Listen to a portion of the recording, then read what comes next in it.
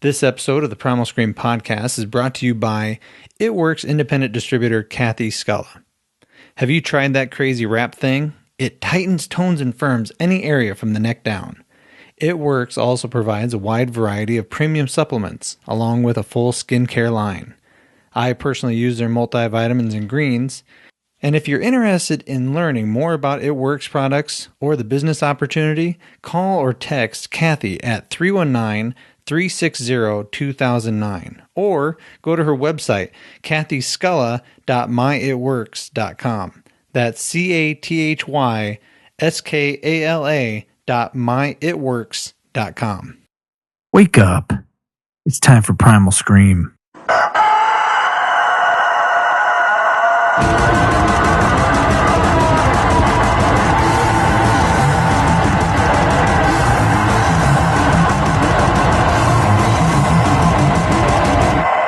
Welcome back to the Primal Scream. I'm Matt. I am Todd. Excuse me. Sorry. I know it's horrible timing. But You had like 30 minutes. I know. I've been down before here. I did been my down here thing. forever, and I still somehow fucked it up. I apologize. But they know I'm Todd. At least you're wearing your hat today, I am wearing my hat today. and you're all prepared. I'm all prepped. And you brought with us a wonderful guest, Katie Morio, right? Am I saying it right? Yes. Katie Morio. All right. Yep. Katie, this is what's going to happen today. We're going to talk a little bit about our favorite companies that we like. Not necessarily brought to you by, because we already talked about that. You've heard it. It works. But then we're going to talk a little bit about one of my favorite companies, which is Ecolips. Have you ever had Ecolips? Yeah. Mm-hmm. You have. Absolutely. Let's see. Have some more. You can have some more. Yeah. I think all the lady tinted ones are out, though. But, I mean, not that they're required. Listen, how many ladies have we had on the podcast? Only a handful, but Lori? we've had some men who have taken lip stuff home with their wife. Men for their that wives. took lady lips home. lady lip Stuff. stuff for their wives. Yep, Eric George took some for his wife, which we promote that. Yeah, we did. So good for them. And if you'd like some, there you go. Thank you. But Ecolips, you can go to ecolips.com and you can buy Ecolips online. You just click on that little tab, takes you there. Click on any of your favorite Ecolips. I personally am drawn to One World lip balm, the organic lip balm, and I also like the Mango Kiss. Hemp mint is my favorite. Hemp mint. Mm-hmm. The hell you say? I haven't tried Anything hemp that has to do mint. with marijuana, I just want to put it on my body. Just kidding. I'm just joking. Hey, now, was it just an urban legend, or did anybody truly come across any THC-laced candy? Dude, it's For Halloween. It's all bullshit. Even when we were kids and like Razor Blades in the Snicker bar and shit like that, it never happened. Don't believe it. If there are THC in candy somewhere, we need to find that neighborhood. God, I was just really hoping my kids were going to bring some home, Exactly. and I could have just feigned innocence. Like, oh, Is this a special? I don't know Reese's how I peanut butter pissed cup? hot. I ate a lot of candy. It was the candy. Remember the story? That's what I would have told my normal full-time job. It's the candy. Go to ecolips.com, and I'm really 100% sure there's no THC or marijuana in their lip balm. There is not. But it's really good lip balm. So check it out, ecolips.com. Another of our favorites, and you didn't pick any up, did you? It's in my freezer. Mother F. Sorry. Mother effer. It's my Sweet fault. Raw Joy. Oh, We had God. Lori Moritz on last week. I'll have to bring Katie and some to the gym. And- We actually brought some samples to Hy-Vee the other day. They did. I didn't try them because I've been trying to diet. They're Well, good for you. But this is the good stuff. No sugar. Really? all Yeah. raw. All raw. Uncooked. Huh. The shit is awesome. Okay, And I'm like, never I am compare like- food things with Okay. shit. I call the people that she tested things on poor bastards. So it's just the way my vernacular works. Nice now word, you're vernacular. welcome. Okay. But I'm a peanut M&M ambrosia pie from Hy-Vee. I'll take down one of those bad boys on Thanksgiving.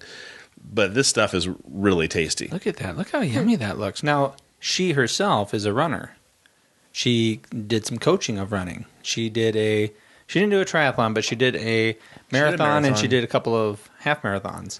And one of the things that she found was when she got done training, or she finished the races and she stopped training, she kept eating that way. And then she was like, you know what? I need to satisfy the sweet tooth, but I need to do it in a way that I'm not gaining a lot of weight. How can I do this in a nutrition type way? And I was talking about this today with a coworker that you eat something shitty like a potato chip or a candy bar, and you are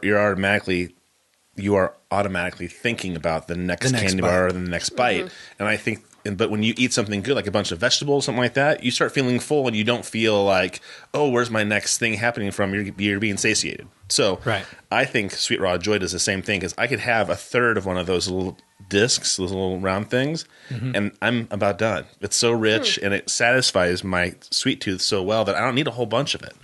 Like a whole slice of pie would be, I think, too much. That's just me, though. So what were we talking? Where I was just telling about Sweet Raw Joy, about being it really satisfies my sweet tooth. Yeah, I love it. and there's they're just tiny little medallions, and you would take like one forkful, break it up, have one little bite, and satiate. Well, now I wish I would have tried it, but of course they're all gone. Right. I have some. But they do sell them at Hy-Vee. Are you going to be at the gym tomorrow morning to work out? I'm going to try and make it at 8. Going to try and make it 8? Okay, then I'll see you there, and I'll bring it, and you can have it. You can have our samples. Okay. I'll buy more. No, I think it's a good thing. You're actually really. No, I'm a little hurt because I don't have anything to eat right now. You already ate a good chunk of the sample. If you hadn't eaten the samples, we would have those here. Okay, that's just a testament to how good Sweet Raw Joy is. Go to sweetrawjoy.com, order your own, or go, if you live in the Cedar Rapids area, go to the local Hy-Vees there, or go to their website. If you're still wondering where to buy them, go to their website, click on where to buy, and look at that. It's all right there. And there's the addresses. They do some good shipping for you, cost-wise, inside Cedar Rapids. So there it is. Check it all out. sweetrawjoy.com. Now, you're bringing it? We're going to bring it. We're going to go with Cards Against Humanity. We're going to find out what makes Katie tick. What is she? I'm going to need a refresher. I don't remember exactly. Oh, we're going to totally describe it because good, everyone who's listening needs to order Cards Against Humanity. Go to cardsagainsthumanity.com. You can download it for free, but seriously, come on. What's $25? What's $25? Hook them up. It's a legitimate, awesome business that also, when you pay for your $25 gift of cards, they donate some of that money to local charities. Not like their local charities, but my local charity. They sent me an email and said, hey, we're going to help fund this thing in North Liberty. Great. Pretty awesome. Go to cardsagainsthumanity.com. Get the bigger, blacker box, because that's what I did. I got the bigger, blacker box. And, oh, you know what? Right here. Christmas edition. Right there. Holidays. Christmas, holidays. Christmas, elves, Santa. I can't wait to find out what now, they say. I really wish that this was a little bit closer to the holidays, because are we breaking into the holiday edition now? I don't know. We've broken into all kinds of areas of this box that I'm not sure where we're at, to be quite honest. All right. But Todd, tell us about the rules. How do we play this wonderful game? You will have a black card that we will each read in turn. We all have 10 cards. We're playing kind of different rules because we're just kind of playing. We're going to do 2 rounds. Yep, 2 rounds. The way it starts, and this is in the rule book, is who had their most recent bowel movement? Katie.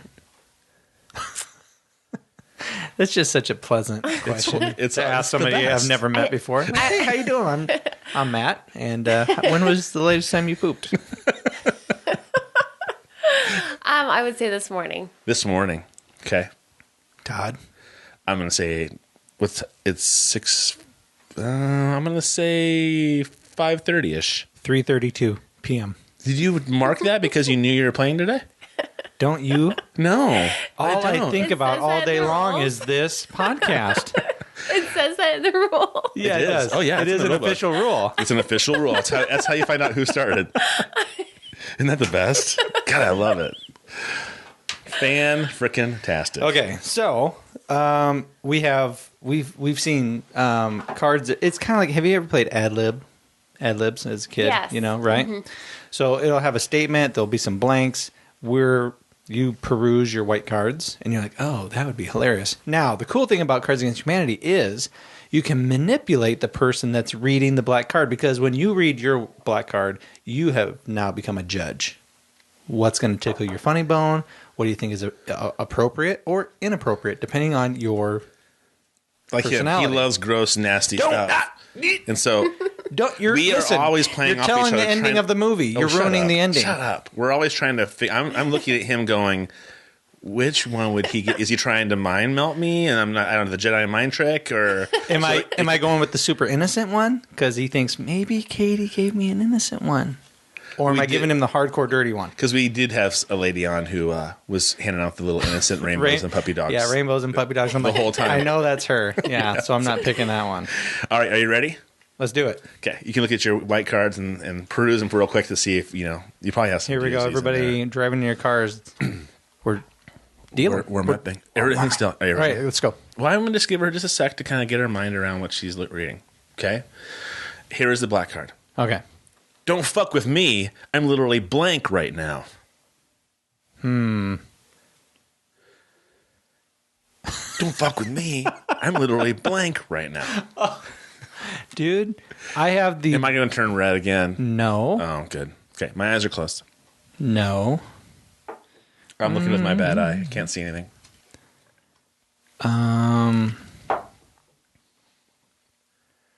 Oh, yeah. All right. I know what that is. All right. So do you have a card? Mm-hmm. I have a card. He has his eyes closed. Let's throw him over there. And open. Here we go. Now he's got to read the black card again and give the answer. Sorry. Do not fuck with me. I'm literally being worshipped as the true one God right now. Oh, I kind of like that one. Don't fuck with me. I am literally ancient Athenian boy fucking right now. See, I'm just going to pick Katie's. How do you know which one's Katie's? I don't know. Because I think I know her, but I don't. Know her. This is where you get to know people on That's a why long-ass That's why we do it. podcast. Yeah. I'm going to be doing the boy. I'm going to do the boy fucking. Yeah, I like that one. Is that you? No. It's Katie. You are aggressive player. I like it. I like it. Yeah. Okay. Katie, it's now your turn to read Okay. one of the two black cards. And this is yours. You won. That's your points. How am I compensating for my tiny penis? As she says it with her nice innocent voice. I haven't looked at mine yet. How am I compensating for my... Say it again. For my tiny penis. Okay. I have one of two things. You got your eyes closed? You're not cheating? No. Okay. And you're good. Go ahead. Open your eyes. 2 white cards right there. Bing and boop. Bop. Okay. How am I compensating for my tiny penis? Tongue? How am I compensating for my tiny penis?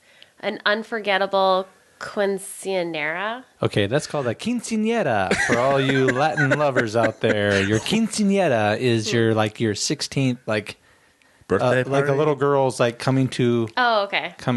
age birthday party. Sure it is. That's horribly I'm inappropriate. going Quinceañera. to definitely go with tongue. Yes.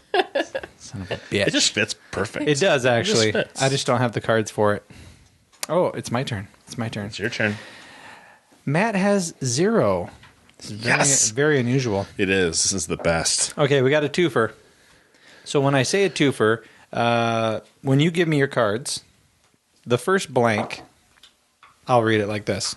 Okay? And then the second blank is like that. Okay. All right. Now that we've got those out of the way, we never did find blank, but along the way we sure learned a lot about blank. We never did find blank, but along the way we sure did find a lot about blank. All right. We good? No. Oh, not good yet.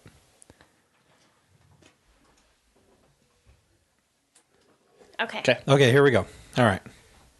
Here it is. Here we go. This is only the first round. It's very exciting. Okay.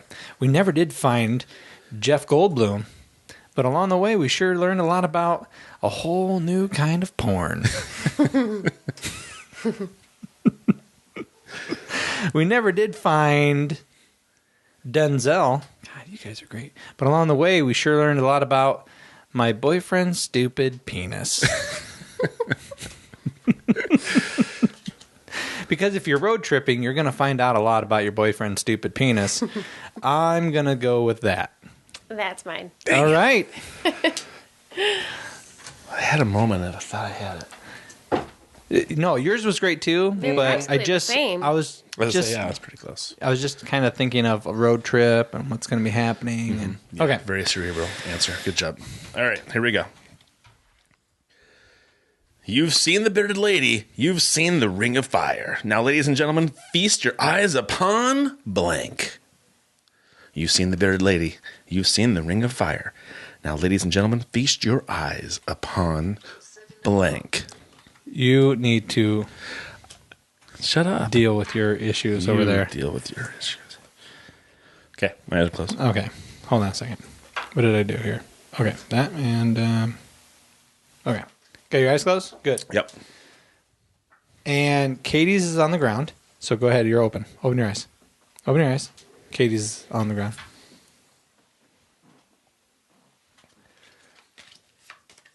That a boy. I don't think I fooled him with saying that it was yours on the ground. Yeah, that was dumb. All right. You've seen the bearded lady. You've seen the ring of fire. Now, ladies and gentlemen, feast your eyes upon fecal alcohol syndrome. Jesus. That's a real thing. You've seen the bearded lady. You've seen the ring of fire. Now, ladies and gentlemen, feast your eyes upon a falcon with a box on its head. Oh, I kind of like that one. Shut the fuck up. I'm going to do fetal alcohol syndrome. Yes. Because seriously, that's jacked, man. Their eyes are far apart, Tiny. tiny. Yep. Okay. Somebody said that George W. Bush had fecal alcohol syndrome. Oh, But Does I don't it know ever if go that's true away? or not? What? No, it's developmental. That's why their eyes are small and far apart. Or really narrow, too. or does it go away when you're not an infant anymore? No, it's a done deal. Okay, go ahead, Katie. The Japanese have developed a smaller, more efficient version of blank. The Japanese have developed a smaller, more efficient version of blank.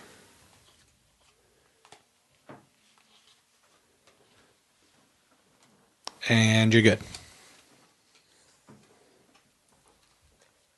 All right. The Japanese have developed a smaller, more efficient version of Loki, the trickster god. Or the Japanese have developed a smaller, more efficient version of me. Oh, two stinkers. Sorry, Katie. I don't know. I kind of like the one that's smaller, more efficient version of me. Let's go with Loki. Yeah. Did you say that on purpose? Were you being an asshole and you said, I like me No, more? I and so she picked the legitimately opposite? thought, they've created a smaller, better version of me. I thought that was kind of a cool answer, dude. I was giving you props. Mm-hmm. And heard that I before. pulled it out. Okay, we got... This is it. If you don't win this one, Todd, it's... Oh, son of a nutcracker. I could tie. You can tie it, or Katie's going to win. That's okay. I guessed winning, I'm okay. You winning all the time All right. bothers me. I'm sorry, sir, but we don't allow blank at the country club. I'm sorry, sir, but we don't allow blank at the country club. I'm not sure about all these box ones. What's all these box? I have no idea. I can take the rest of your white cards. Are you done? Yep, We good? ready. Okay. There you go. And I'm sorry, sir, we don't allow Russian super tuberculosis. I can't read this. Can you speak English, please? Tuberculosis. I'm your Huckleberry. At the country club, right? Because he had tuberculosis? Doc Holliday? Yeah. Yes. Okay. He died of it. Thank you. At least you... So nervous he wasn't going to pick that up. I'm sorry, sir. We don't allow AIDS monkeys at the country club. You both went with diseases. That's odd. Maybe we didn't have the best white cards today. I don't know. I'm going to say AIDS monkeys. Thanks. I tied, which I almost take as a win because it happens so rarely. Yeah. So, well done, Katie. Oh, Thanks. That was fun. And if Short and all of sweet. you want to have a great time with a game like that, go to cardsagainsthumanity.com. Or you can just go to cardsagainsthumanity.com. But I'd go to the first one first because it's easier to hear. Yeah. Cardsagainsthumanity.com. And they have a really awesome, your dumb ass, I say dumbass questions, but your dumb questions. Where can I buy Cards Against Humanity? On that website. Yeah. There you go. So go there. Check it out. Cardsagainsthumanity.com. Now, Yep. It's happening. it's happening. Oh, Todd. What the fuck? You're scaring me. current events. We're going to get into our guest in a second. Current events. Let's break into I'm it. more excited about talking to Katie. All right. So they landed this probe on a comet. It's really not that big of a deal. Okay. Yeah. Just kidding. It's like Armageddon. That's what I keep thinking of, is not dumb Armageddon, but like they literally flew a rocket to a comet. They landed a spaceship on it, and it's unmanned. Mm-hmm. But it's right when it landed, it's tweeting out pictures like all over the internet, so you can see where it landed. Isn't that nuts? They say you can see it. This morning I was listening to NPR, and they said that it came in. It had its trajectory off. It went 3 inches into the surface, which was all powder. It bounced off and fell away and was floating with the comet 5 or 10 feet off the surface for 3 hours before it kind of configured things, and then hit, bounced again, and then landed. All this is happening going fucking thousands of miles an hour in the space. Okay. It just blows my mind. I have a pretty legitimate question. Are you sure that's real?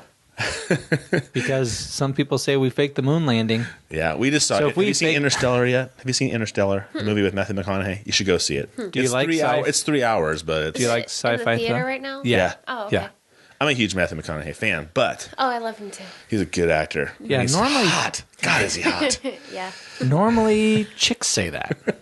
But you know what's funny is he hasn't put the weight back on. I've been waiting for him to get like, we saw him. What was that dragon movie we liked so much with him?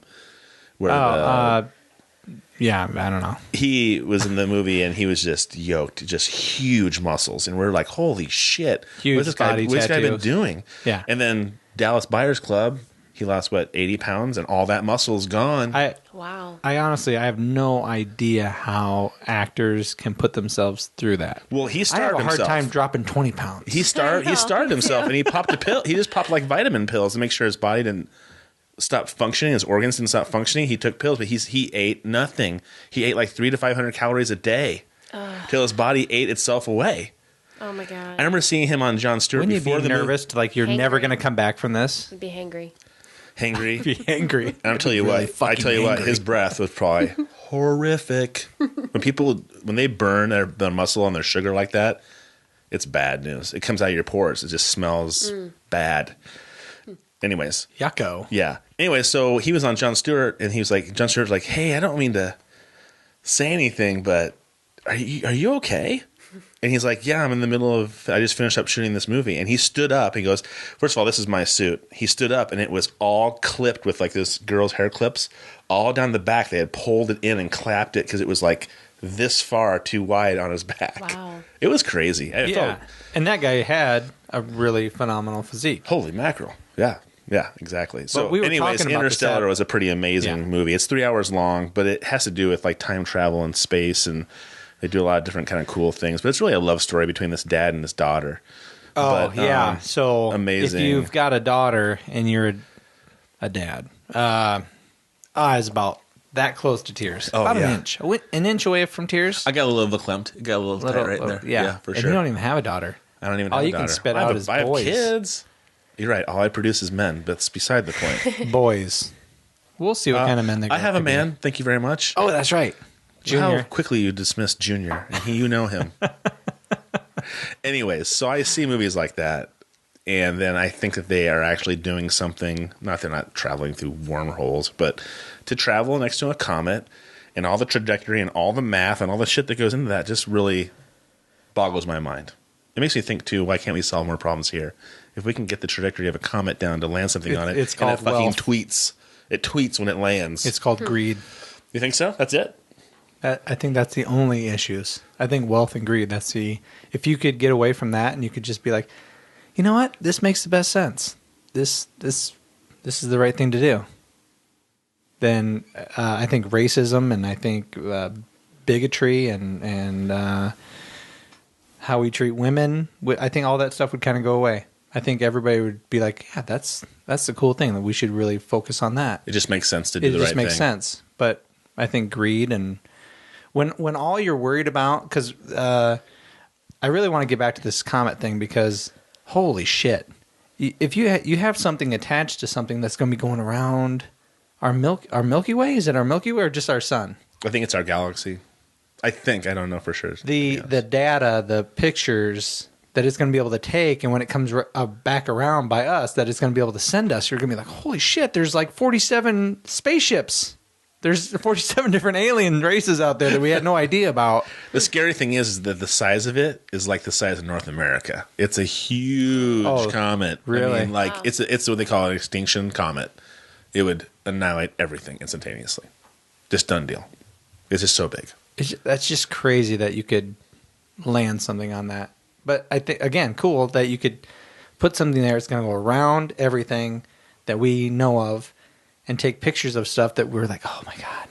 Well, There's no other way some we would've cool figured this geek out. is probably like, oh, they can do radio signals from wherever. That's not that big of a deal. But that it landed, and as it landed, it was tweeting pictures back to America, and you can follow him on Twitter. And you can see it all. It's just I don't know. It's just You were going to get a tweet of some crazy alien like right in the lens of that thing. some alien. Land on my damn comet. Americans. This is mine. Yeah. What else you got for us? That was it. Are you? No, that's not it. You're shitting me. What did you do today? Did you do any research? I went to war with myself today. I had a lot of internal conflict today. I got to sit back and relax on this one. It's really that bad. It was actually pretty bad because I'm very anti flu shots. I just don't like that stuff, especially the flu shot. I don't get it. I don't understand it. If you don't get it, do you want some help?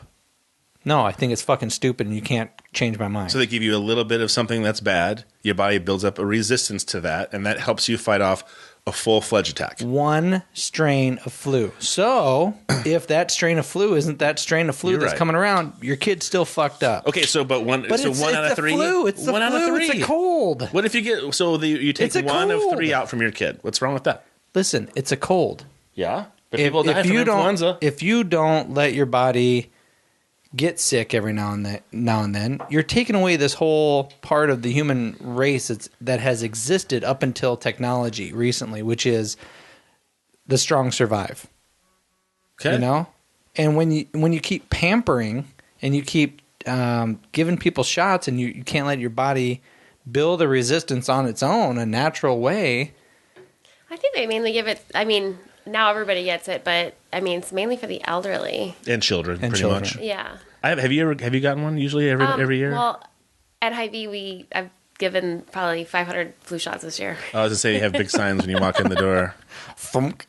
There you go. I never get it, but my doctor, who when I went and got my physical recently, again, I'll toot my own horn. He was like, man, if all my 43-year-olds were in okay shape and were doing well like you are, I'd be a happy man. And I was like, oh, that makes me feel good. You're a thoroughbred. But then, I did say I do CrossFit, so what are you going to do? And then I went in because my cholesterol was too high. And he goes, so I said before how healthy you were and how awesome you are.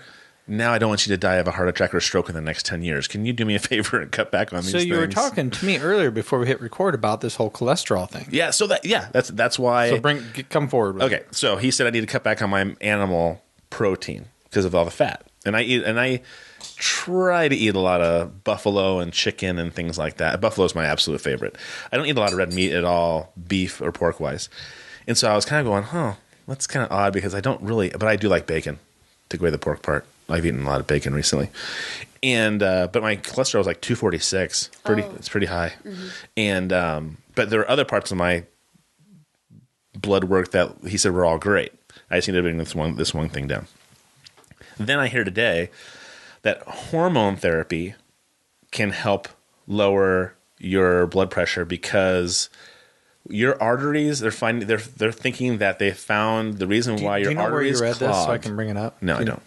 The reason why your arteries clog is because of inflammation of your arteries. And your body goes in to try to repair those or protect them so they calcify over it. And that is what clogs your arteries, that animal fat or fat in of itself, because our brains are like almost pure fat. That's why, bears eat the heads off fish and that's it, because they're so full of fat and nutrients.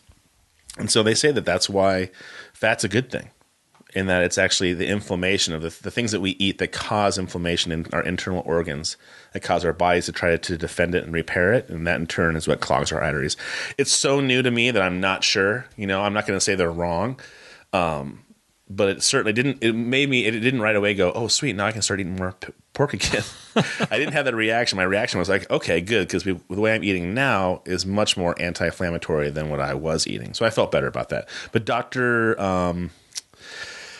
okay, sorry, I had it right here. Dr. Mark Gordon is the guy who is doing it. If you type in Dr. Mark Gordon, okay, he'll have, because he's saying that he's doing mostly things. Cedar Rapids? No, I don't know where he's from, to be honest. But he's doing things with like veterans that have like traumatic brain injuries and PTSD, and he's doing hormone therapy with them instead of just giving them OxyContin. Oh, did you hear this on the Joe Rogan? Yeah. Okay, all right. I love him. I love him. I think Joe Rogan's the greatest thing ever. Ever? I do. Besides the probe that went to the I didn't say that was the greatest thing. I thought that was pretty fucking awesome. I think that's pretty awesome. Yeah. But I've learned so much from that podcast. Just being introduced to things, Because, I mean, people have talked to me about low testosterone stuff, and I'm like, I don't think I have that, But they're like, oh, but, if you're tired, if you have a hard time recovering from workouts, it might make a difference because I'm over 40. So, I don't know. What do you think about all this stuff when it comes to training and competing with triathlons? Are you big into the supplements? Are you big into like the new age type of stuff? Mm-mm. It's just all diet and all training. I like when I'm training for something, I'm really kind of just doing it for fun. So I just don't really, I don't know. So you don't do the supplements because you CrossFit too, right? Yeah. Yep. How often do you CrossFit? I'd say usually about 4 days a week. I'd say now Monday, Tuesdays, Wednesdays, and Fridays. Because that's pretty serious. I tried CrossFit. I tried your CrossFit gym. It was too. It was too intense for me. Oh, it was not too intense Actually, for you. It was a little bit too far away. That was really all it was. That, and I didn't have the schedule to make it all work. Mm-hmm. So I paid the money, and I'm like, I showed up once every 2.5 weeks. I think it's so much fun. It is awesome, though. Because you had that camaraderie. Awesome. Did you work out today? I didn't. Oh, today, I just love today. Like today was a fun day, I heard. It was like low amount of reps with like 5 different things. So it's like if you suck at one thing, then you just move on to the next thing. And I don't know. It was just, today was great. It's hard. I read it and I was excited about it. And then I stayed up till midnight reading a book. And I woke up at 5:30 and I thought, this isn't happening. Mm-hmm. I know, I was a little late today too. But were you at 6 o'clock? I go to 5 if I have to work at 8. Oh, gotcha. Yeah. And which Hy-Vee do you work at? Collins Road. Next to Lindale Mall. Sure. Mm-hmm. Okay. Well, that's the one I stop into when I go to work in the mornings. Yep. Usually to get stuff. Mm-hmm. But I live closest to the Oakland. Oh, right. And so Sweet Raw Joy is at the Collins one too? I don't know if we have it yet, but she brought in samples. Must have been last weekend, but because they're all gone by Monday. Were they really? Yeah. Oh, good for her. As I really thought it'd be a hard niche. Like I said, I'm a diehard Ambrosia fan, so you're going to be hard pressed for me to go, you want that or do you want that? Mm-hmm. You know what I mean? But I think that if you're going to have something on a regular basis, it might as well be, one of those, something raw. I just can't, when I ate it, I was like, because she has one that's like fudge. It has like walnuts and stuff in it. It tastes just like fudge, and it's uncooked, and it's all raw. It just blows my mind. I just can't get my head around it. Now, I honestly think that you're a legitimate badass because of this triathlon thing. And I think I have lots of people who say things to me like, oh, a lot of people are doing triathlons now, or, oh, somebody's doing this, or, oh, I know somebody who did that. And I guess we all kind of know somebody who's done an Ironman. Mm-hmm. It's astounding. It boggles my mind. Mm-hmm. And I think if I broke it down in my head and I think of the training involved, and then you take one step at a time and you learn how to get better at swimming, and then you get on the bike and get your ass used to being on the saddle all the time. And, I think I can see somebody getting there. But I tore my calf when I was training for Louisville. And since then, I've had no motivation at all. Mm-hmm. And then you heard me talking to Denise about when I read your blog, I was like, oh shit, because I don't have time to train for that. It kind of lit that fire. It lit the fire up and you big time. said, "I'm going to call Denise." No, don't call Denise. It was the next pod. It wasn't Denise's podcast. It was the next podcast. He goes, "I'm calling Denise right now. I'm so fired up. You have to do it with me." I'm like, "I'm not doing it." Because see, she usually coaxes us into doing some crazy fucking thing. because she had a. Oh, Denise said no? Yeah. Yeah. She goes, "You know what? I know where I'm at right now with my body, and I don't need to do it." I was like, I was really Amen, surprised. sister. Well, you were Go just for glad it. she said no, because then she would have been like, "Yeah, I'll do it if Matt does it." I would actually consider it if it was a sprint triathlon. I did a sprint. We did a couple. I was gonna say, we did a what's couple sprint? sprints. You've done sprints before. I know, but I am a terrible swimmer. I gotta get you that totally immersion swimming, dude. It's the greatest thing ever. I gave it invented. to you. You burn it for me. You just gotta take lessons. That's what I did. You took I lessons. am not a swimmer. The first few tries that I did, I did the side crawl. Do you know what I'm talking about? Where you go Yeah. Oh, like yeah. that? Yeah. You know, like That's exhausting, I'm sure. yeah, like my first sprint, 500 meters, probably took me like 12, 13 minutes. And so then last winter, about this time, I think I might have I'd already signed up, and I was like, oh, I need to take some swimming lessons. Wait a second. You signed up for a full blown triathlon, and you were like, I should probably take some swim lessons. Absolutely. I knew I could do it, if, you know. Where does that guile come from? I knew I could do it. It's so nonchalant about it. I've done a few marathons, so Okay. it's just like, I started out as a runner. I'm not like a great runner or anything. But you like to run. Yeah, You yeah. truly enjoy doing it. Yeah, I can do that, you know. Another goal of mine is to do Boston. I'm like, the last marathon I did, I was 4 minutes too slow to qualify for that. So how do you have to have so many marathons to qualify for it, or you just have to have one to qualify for You it? have to be fast enough. Just one. Now, there are a lot of people that jump in and run the Boston Marathon without being registered. It's a pretty common, I forget what they call it, but they Oh, call really? it something where at the start they just hop in. Oh. And there's just so many people, you don't even notice. Wow. But I mean, that's for people who just like, I want to say that I ran the Boston Marathon. I don't want to have to get a good time or something like that. But part of me says that you're earning the opportunity to be at the Boston absolutely. Marathon. I mean, that's part of it. You know? I would never do that. I don't know. But, you know, and then you kind of, like, the marathon gets a little boring, you know? All you do is run. So then I signed up for CrossFit, and that just, like, opened up a whole new... I just felt so good and just a totally different person. So then the next summer, I signed up for the sprint Pigman.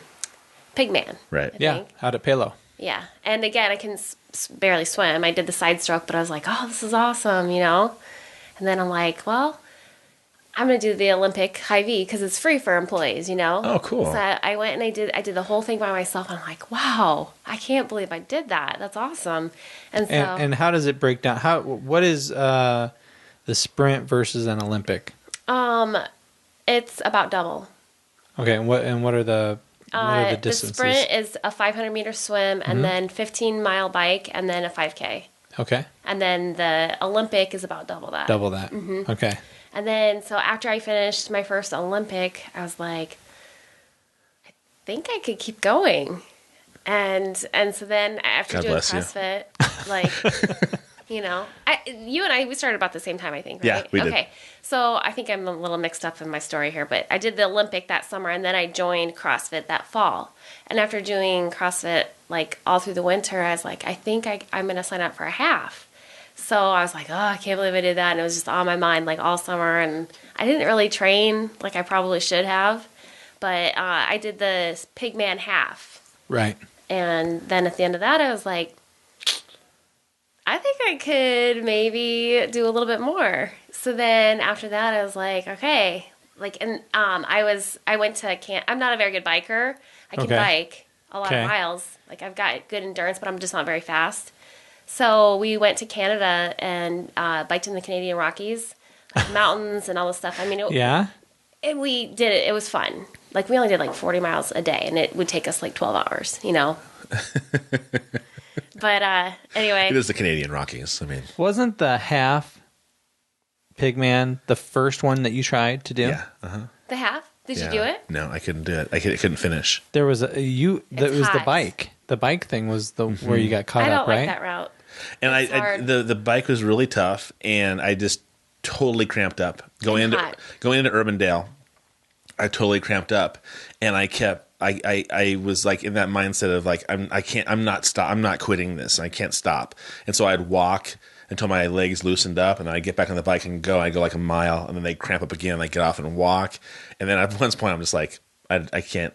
My water was all gone. I was like, I don't think I can keep doing this. That is that. You're talking about Pigman, right? Yeah. Okay, so that one, I mean, they had like a water stop like once or twice. I mean, that's. It was really tough, and I felt so horrible. And you did not. You wore a scuba diving wetsuit. Okay, so I'll tell you my quick story. This is not as bad. And you're right. We both just have our like 2-year anniversary, right? This November. Yeah. So we were right at the same time. So I'm on a trip flying to Cleveland, a business trip, and I open USA Today, and they're talking about the Hawaiian Kona, right?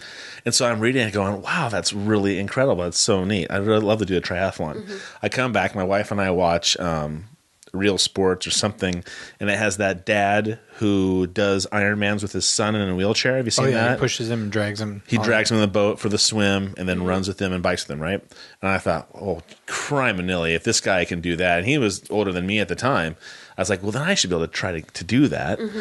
And so then I was like, okay, well, then I'll sign up for the Pigman. And I didn't know that there were different levels, like a sprint, a half Ironman, or Olympic, or anything. And so I was like, oh, okay, I'll just sign up for the Pigman half Ironman. That was your first That was my first one. Yeah. And God. Yeah. I thought I was a good swimmer. Oh my God. And I thought I was a good swimmer. Oh my God. And so I thought, okay, so I did rent a suit, didn't I? Yes. I rented you a rented scuba one. diving. It's a scuba diving suit, not a triathlon suit, a So scuba suit. the sleeves are sewn down. The sleeves are sewn down. And I didn't practice. I practiced without my wetsuit on. I thought, okay, it'll just give me buoyancy and I can Yeah, go it'll make it swim. easier. What a And so completely different feeling that I is. couldn't bring my arms up to swim. Yeah. And so I breaststroke the Oh entire my swim. God, So that's horrible. I was swimming to the shore, and I looked at this guy next to me. I'm like, I'm the last one, aren't I? He's like, yeah, you are. And so I was You like, were just keep. not. I was the last one out of the water, and the inside of my thighs were so wiped out from pushing water. You should just done without a wetsuit. You're right. You're not kidding. You're not kidding. And so then by the time I got into like mile, I want to say I was at the turnaround for the bike, and I didn't have any gas left. And I didn't eat like I should have when I was doing it. Nothing like that. I didn't really train very well, to be honest. Mm-hmm. And so, I didn't make it. But then I've done lots of sprints all over the United States. I love sprints. They're a blast. I know. They're really fun. I do. I really do. And my wife teases me because if we're going on vacation, I hop on and I Google to see if there's like a sprint around because it's only going to be like 6 hours of a day. You can go do a sprint in a neat area and then do your normal vacation stuff. Like my sister got married. And on the day she got married, the wedding was at 2. And so I said, okay, so this sprint starts at 7 a.m. I will go Wait to a this second. Are you sprint. talking about my Totally ex-wife or are you talking about your sister? My sister. What did I say? Did I say something else? I thought my ex-wife wanted you guys to do something. I did that too. No, my sister was getting married in Virginia, and there was this thing called the big nut is what it's called. It's the Big Acorn Triathlon. It's out in the middle of the woods somewhere in Virginia. Cool. And I drove around cool. somewhere until all of a sudden I'm like, I am in fucking deliverance. If I don't find this place, I'm gonna be in trouble because I was really driving by like trailers and like dirt piles and junk piles. And so, yeah, absolutely, waiting for a really narrow-eyed child. And so then all of a sudden I see this park entrance. I'm like, oh, I think that's it. And I walk in, I drive in, go through these gates, and it just this huge lake just opens up. It was just gorgeous. And it was my first open water start, and I had never done that before, and that was really fun. I had never. Like you mean you had to go out and tread water? Yeah, we were out really deep water, just treading water, Yep. waiting, and I was like. And this guy next to me was like, do you realize where everybody's peeing right now? Do you realize that? And I'm like, why did you say that to me? I didn't even think about that. That's so gross. You're probably right. I would have appreciated that because I would be thinking, can we fucking start? Can we fucking start? Can we fucking start? I'm done treading. I need to get going. Well, let's see, in situations like that, though, especially a sprint, you're like, I only got 500 to 800 yards to swim. That's not that bad, you know? So that was really fun. That was my first kind of off-road triathlon. Did you have your own bike with you? Oh, that's Oh, no, I'm sorry. No, I brought my brother-in-law let me borrow a buddy's or cool. something like that, Yeah. some mountain bike. So anyway, so that was my first attempt. And then I started enjoying it enough. He did a couple with me. My wife would make fun of me. We did the Pigman Sprint, and then we went to Okoboji. That was a great one.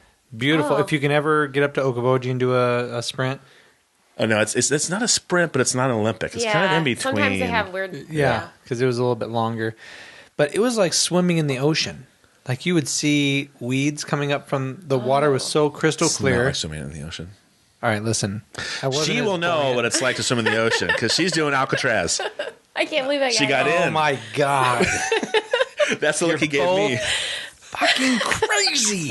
They're sharks. You know the sharks, right? We've already discussed all this. Listen. We've already discussed all this yeah, stuff. but she wasn't here when we discussed it. So No, I'm going to discuss it again. I've texted her and told her. There's sharks in the water. Now, you know what he says? There's not sharks in the water. You have to believe me. Hold on a second. Is Alcatraz off the coast of California? Just say yes or no. Yes. Okay. Are there sharks off the coast of California? No. You're a liar. From now on, ladies and gentlemen, if anything comes out of Todd's mouth, it's a lie. You Listen. can't trust it 100%. But there's so many people, you might not get eaten. The odds the of you coolest getting, thing that happened to me was you almost fucking died. They make a big deal. That was the coolest thing. You were floating like a bobber, and then you're like, oh, fuck, oh, God. And then you got through it, and then you survived it. That was the coolest thing that happened. No. You survived it. No.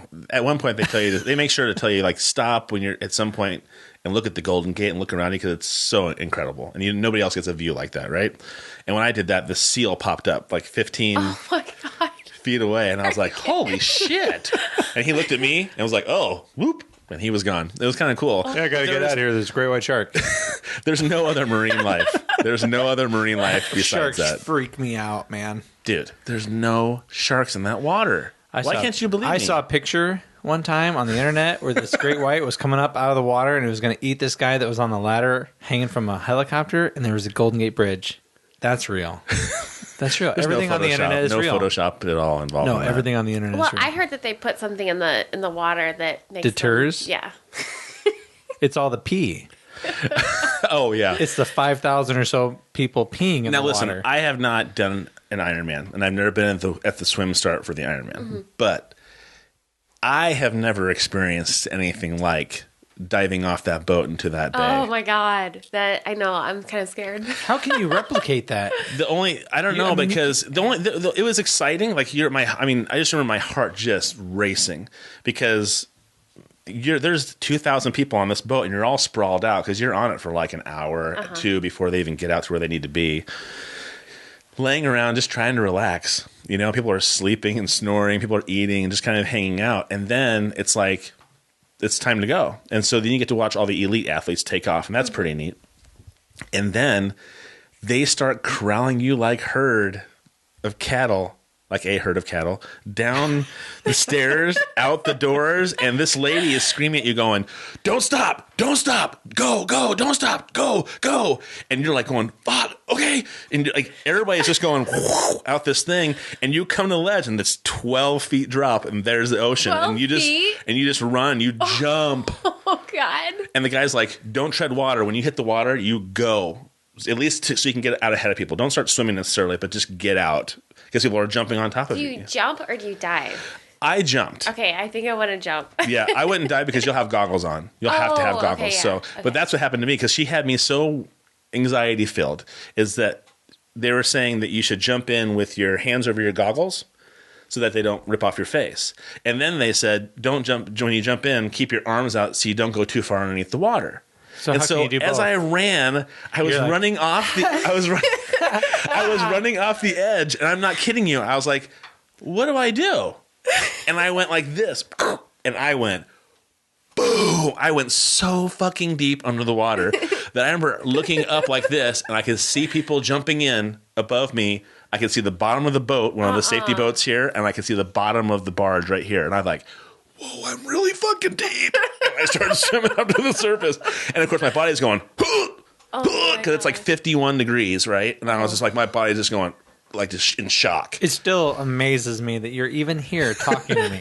The only sad part is one guy did die. That's the only death that's ever happened. Are you serious? Well, he had a valve replacement, and the doctor okayed him to do it. And I honestly think, from my own little experience, that just the stress of doing it and the shock of the water might have just been just too much for him, you know? Because, I mean, they pulled him out right away. I mean, he came right to the surface, and they pulled him out and tried to do CPR, and it was a valve. His valve blew, so it wasn't anything that anybody could really do to help it. But he got the okay to do it. But they said that he probably would have done something at some point that caused him enough stress for it to happen. So they don't. It's called age. Everyone dies. Yeah, exactly. Eventually, something's going to happen. Well, at least he got to die doing something he wanted to do. Mm-hmm. Well, and then what he's talking about me freaking out was that I did mine in June. Yeah. Right? Because no, it wasn't June. It was March. I don't know. It was but March. This is a legitimate story. Let's not sugarcoat your experience here. It was March. And so usually it's in June or July, I think, isn't it? Yeah, it's the same weekend as Pigman. Okay. All right. So it's usually in the first week in June. So this is in March. And they did it because they have that boat race around Alcatraz, some big race, boating race. Well, they were having that in the beginning of June, so they pushed the Pigman. Because I remember when I got in it, my wife came to my job and I said, "Hey, look I got accepted into Alcatraz." Yeah. And she's like, "Are you kidding me?" I'm like, "Yeah." I said, "Do you want to go?" She's like, "I'd love to go." And so we booked our tickets. But I was looking at it going, why is it in the winter? That's so weird. I thought it was a summer thing. Not that it matters. The bay is always freaking freezing. But then I thought, and so what happened is they said the current's going at 25 knots, right? The current's going 25 knots out. And then you have to find these. See, that's what you're going to see, right? Look behind you. Oh, God, that's it. That is it. So that's not 12 feet. See, look at everybody else. Is that 8 feet? You've never been known to exaggerate before, Todd. Oh, don't be an ass. Did it seem like 12? Everybody else is diving, and then you went off. Well, you can watch YouTube videos. Jumped. Shut up. Yeah, like I'm sure the pros probably dive like that, Yeah. but then when they get to us people, Us mere mortals. The only bad part was the current is always going really hard out of the bay. okay. This time of the year, it was blowing really hard into the bay. And so there were like 4 or 5 foot waves that were coming. And so I couldn't swim. That'd be scary. And so I would that's why I thought I got sick once because There's I no had real way to prepare for There's that. not. There's not any way to do it. Unless you're going to go out there and do it. Right. And so I got sick once in the water because I had drank so much. I had swallowed so much salt water. Then it was, if you've ever been in the Pacific Ocean, it's fucking salty as shit. I mean, it's really salty. And again, like I said, that water is a little bit warmer than what's 100 feet below because of the water coming out of the Sierra Nevada mountains. So it's really briny. It's really, really salty. So I drank a lot of that. And then I could not do 2 strokes and breathe. I just couldn't do it. The waves were too big. And at one point, like I told him, and it wasn't a death-defying moment. It was more of like I stopped and I was treading water, and the waves were like rolling, those big rolling waves. Mm-hmm. And I looked on this side, and there was a big wave. I knew the Golden Gate Bridge was behind that one.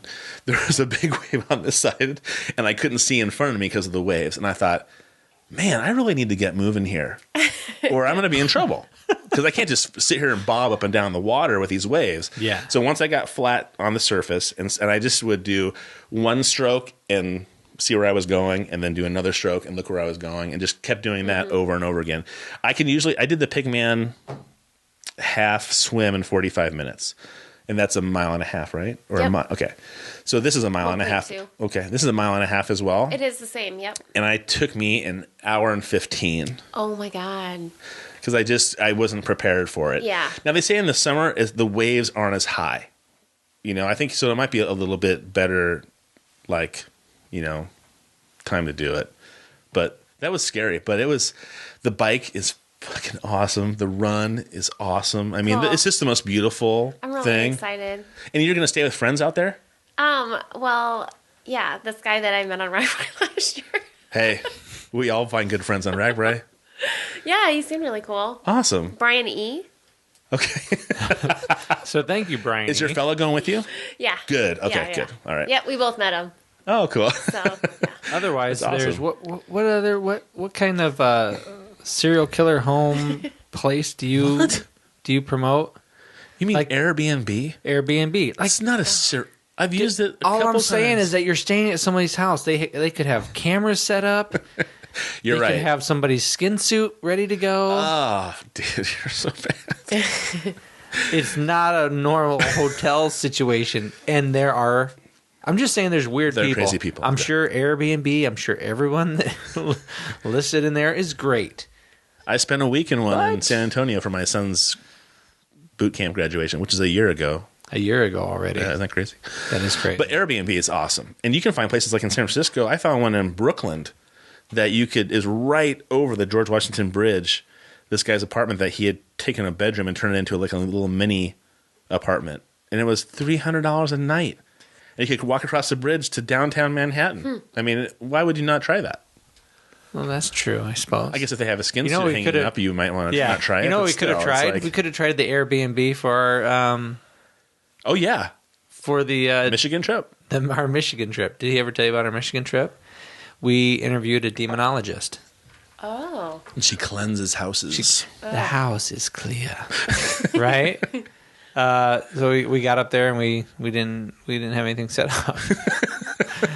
We drove all day to get up there, and we had our interview. We drove a lot coming back, and we stayed at I would have rather have woken up and found somebody with a skin suit than be the best part is the stories it gives us. Right. I actually slept in the sheets. He thought that was horribly disgusting, so he slept in a sleeping bag right next to me. Yeah, I had my. He's like a cocoon, like this. He said okay for a room without seeing it. Dude, we were desperate. We were desperate. Don't give me shit about it. We were desperate, and he ordered the room on the phone while he was driving. Very unsafe time. Well, it's not my fault. Unsafe. You didn't take the phone. And he ordered this room. Yep, we'll take it. You got one? Yep, we'll take it. We show up, one bed. So the lady who was registering us is just looking at us like, so you knew it was one bed, right? And we walk in with the GoPro and the light because we're going to finish the podcast. Yeah, because we had to finish. We had to do like another hour to fill some of talking. So we're walking in. So we had a trouble light and a GoPro and all these stands and stuff. And she is looking at us like, oh man, there's some freaky, huge polar bear shit. Why do I always call it polar bear? You say polar bear, it's just bears. It's just bears. Big. That's the gay reference for two big guys. And this goes along with the other references. We get references a gay couple all the time. When I did Chicago Marathon in 2010. He went with me with all of his kids, and so he's got 3 biracial children. And so here are these 2 big white guys with 3 biracial children standing together. And we're all holding hands. And everybody's just looking at us going, and we're all holding hands because all my kids were so they're small. Little tiny guys, yeah. Yeah. And everybody's looking at us going, oh, they're so adorable. Yeah, all the maids were awesome. African American. They're like, oh, your babies are so cute. I'm like, well, thank you very much. Yes, they are. And I said, did you notice all that? He's like, what are you talking about? I was like, dude, how could you miss that? They all thought we were a big, happy family. It was fantastic. It was the best. Anyways, so I did that triathlon very slowly as well. Mm-hmm. I got far enough down the coast that I hit the beach after the actual exit. But there were 200 people that didn't even get out of the water. Like they pulled them out. They pulled them out of the water onto a boat. But they also, which is a good thing about that triathlon is that they'll pull you out of the water if you're having struggles, and they'll take you right off the shore and let you jump in and finish. Oh, really? Because they want you to experience it. It's all about the experience. I have another friend that did, and that's exactly what she said. Okay. Take See, the I would have and not jumped off the boat and be like, can you just take me in? It's like, the bike that I rode was not my bike. The first time I sat on the seat was when I got into Transition 1, which is what I'm going to do as well. And there was a moment where I just bobbed in the bay and thought, like, when am I ever going to be in the San Francisco Bay again? Right. You just, it's just the experience. It's not like we're going to place. Right. I guarantee you that you kill me because I was probably, it must have been like 6 hours. No, it wasn't that long. But I was like one of the poor bastards that drug their ass across at the end because I'm not the best runner. And so I kind of like ran, walked. But I stopped and took pictures with my cell phone. Oh, I did all kinds of stuff. Yeah. One of my other favorite stories is I was biking up the hill in the Golden Gate Park again. It's just such an incredible place. And I ride by this older gentleman on a bike, and he has 1973 as his, or 1971 is his bike number. I'm like, oh, hey, I like your number. He's like, oh, yeah, why? I said, that's the year I was born. He's like, oh, that's the year I got back from NAM. And I was like, oh, Sorry, I don't have anything else to say to you. I apologize. I'm glad you're back safe and sound. So it was a good year for you, and it was a good year for me. All right, let's move on. This whole prepping for an Ironman to me is almost as daunting as doing the Ironman. It's worse than doing the Is Ironman. it? Yeah, Okay. I was going to Way say worse. it'd be worse. I mean, do you feel like it was a part-time job, right? Yeah. I mean, I love to work out and everything, but it was just kind of like every day that I was either I don't work till 1 o'clock because I work the second shift, or it was a day off. I had to do basically a long ride. Oh. And Were you always outside, or were you on a bike inside in ever? the wintertime, yeah. Okay. Yeah, and that's the first time I bought a trainer like 3 years ago when I got my bike, and have I ever been on it like once? But I actually did. I mean, I was on my trainer last winter a lot. I don't mind that. I didn't mind the trainer at all. I heard people say that's horrible. I would just take my laptop and put it on a little table right in front of me, and I'd just be down my aero bars, and I would just go Dude, for they 2 got hours. some crazy ass bikes, like workout bikes now, Right. where you can put in a route. Like if you want to do the what's the huge Tour de France? Yep. You want to do that? You plug it in. I want to do that route, and the bike will move Right. for It's the a- elevation. It's like a $3,000 bike too. It's I- really yeah, expensive. it's crazy, but They say that being on the trainer is actually a better workout than being outside. Really? Because you're constantly, like, you got to pedal. Like, outside, how much do you coast? Oh, sure. Do you know what I'm saying? So the whole time you're on that bike, like, if it's for 2 hours, you're pedaling for 2 hours. Oh, I never heard that before. Yeah. And I definitely improved my bike so much. just from being on the trainer. Yes. And when I was still trying to do CrossFit and You crazy I person. tried. Yeah, I that's nuts. didn't succeed. Like I would bring my bike into the gym and do my trainer there so that I could like watch people like work out and just Oh, that's a good idea. yeah. Well, except that you got to bring your bike, you got to bring the trainer. It's just a big pain. There's a trainer there, isn't there? Somebody did, but I thought it was Nick's trainer that he never ever uses or something. no. I don't know. And then you got to remember everything. Like if you forget your heart rate monitor or you forget, it just sucks. Pain in the ass. And I bring my little big book where I'm checking off what I'm doing and just so Now, you have 2 kids. 3. 3. Holy Good for you. Hannah Montana and Billy Ray Cyrus! How do you make the how, time? How old are they, by the first of all? A 9-year-old, he's in 4th grade, and then I have twins that are in 2nd grade, a boy and a girl. Whoa. So Holy mackerel. All And right, so wait, now, wait. When did you do this? You just did this Wisconsin Ironman, right? Mm-hmm. How on earth did you have the time to do that with kids? well, I'm kind of lucky, I guess. I have a job I have rotating shifts, so at least twice a week I have to work 1 to 9. So those nights I have to get a sitter. So I am forced to get a sitter. So then, darn it, I have the whole morning to myself. Darn it! oh. Okay, that makes sense. Yeah. So then those But would 2 you days, you would put 4 or 5 hours of training in then? no, 2 to Okay. 3 or, Okay. or whatever was on my Your schedule. schedule. Your training log. Yeah. And then, if I work the weekend, if I work Saturday, Sunday, I have Monday, Tuesday off. So then those 2 days would be like, okay, I really got to get a lot in, And the other 3 days, I just got up early and I'd go to Masters like on Monday. And then Tuesday, I always work at 1, so I'd get along whatever I needed to get in on Tuesday. And then just depending on my schedule. And generally, like when I was like training for marathons and stuff, I would never miss a workout. I would follow my schedule to the T. And, I always had pretty good success with this program that I followed that my neighbor gave me.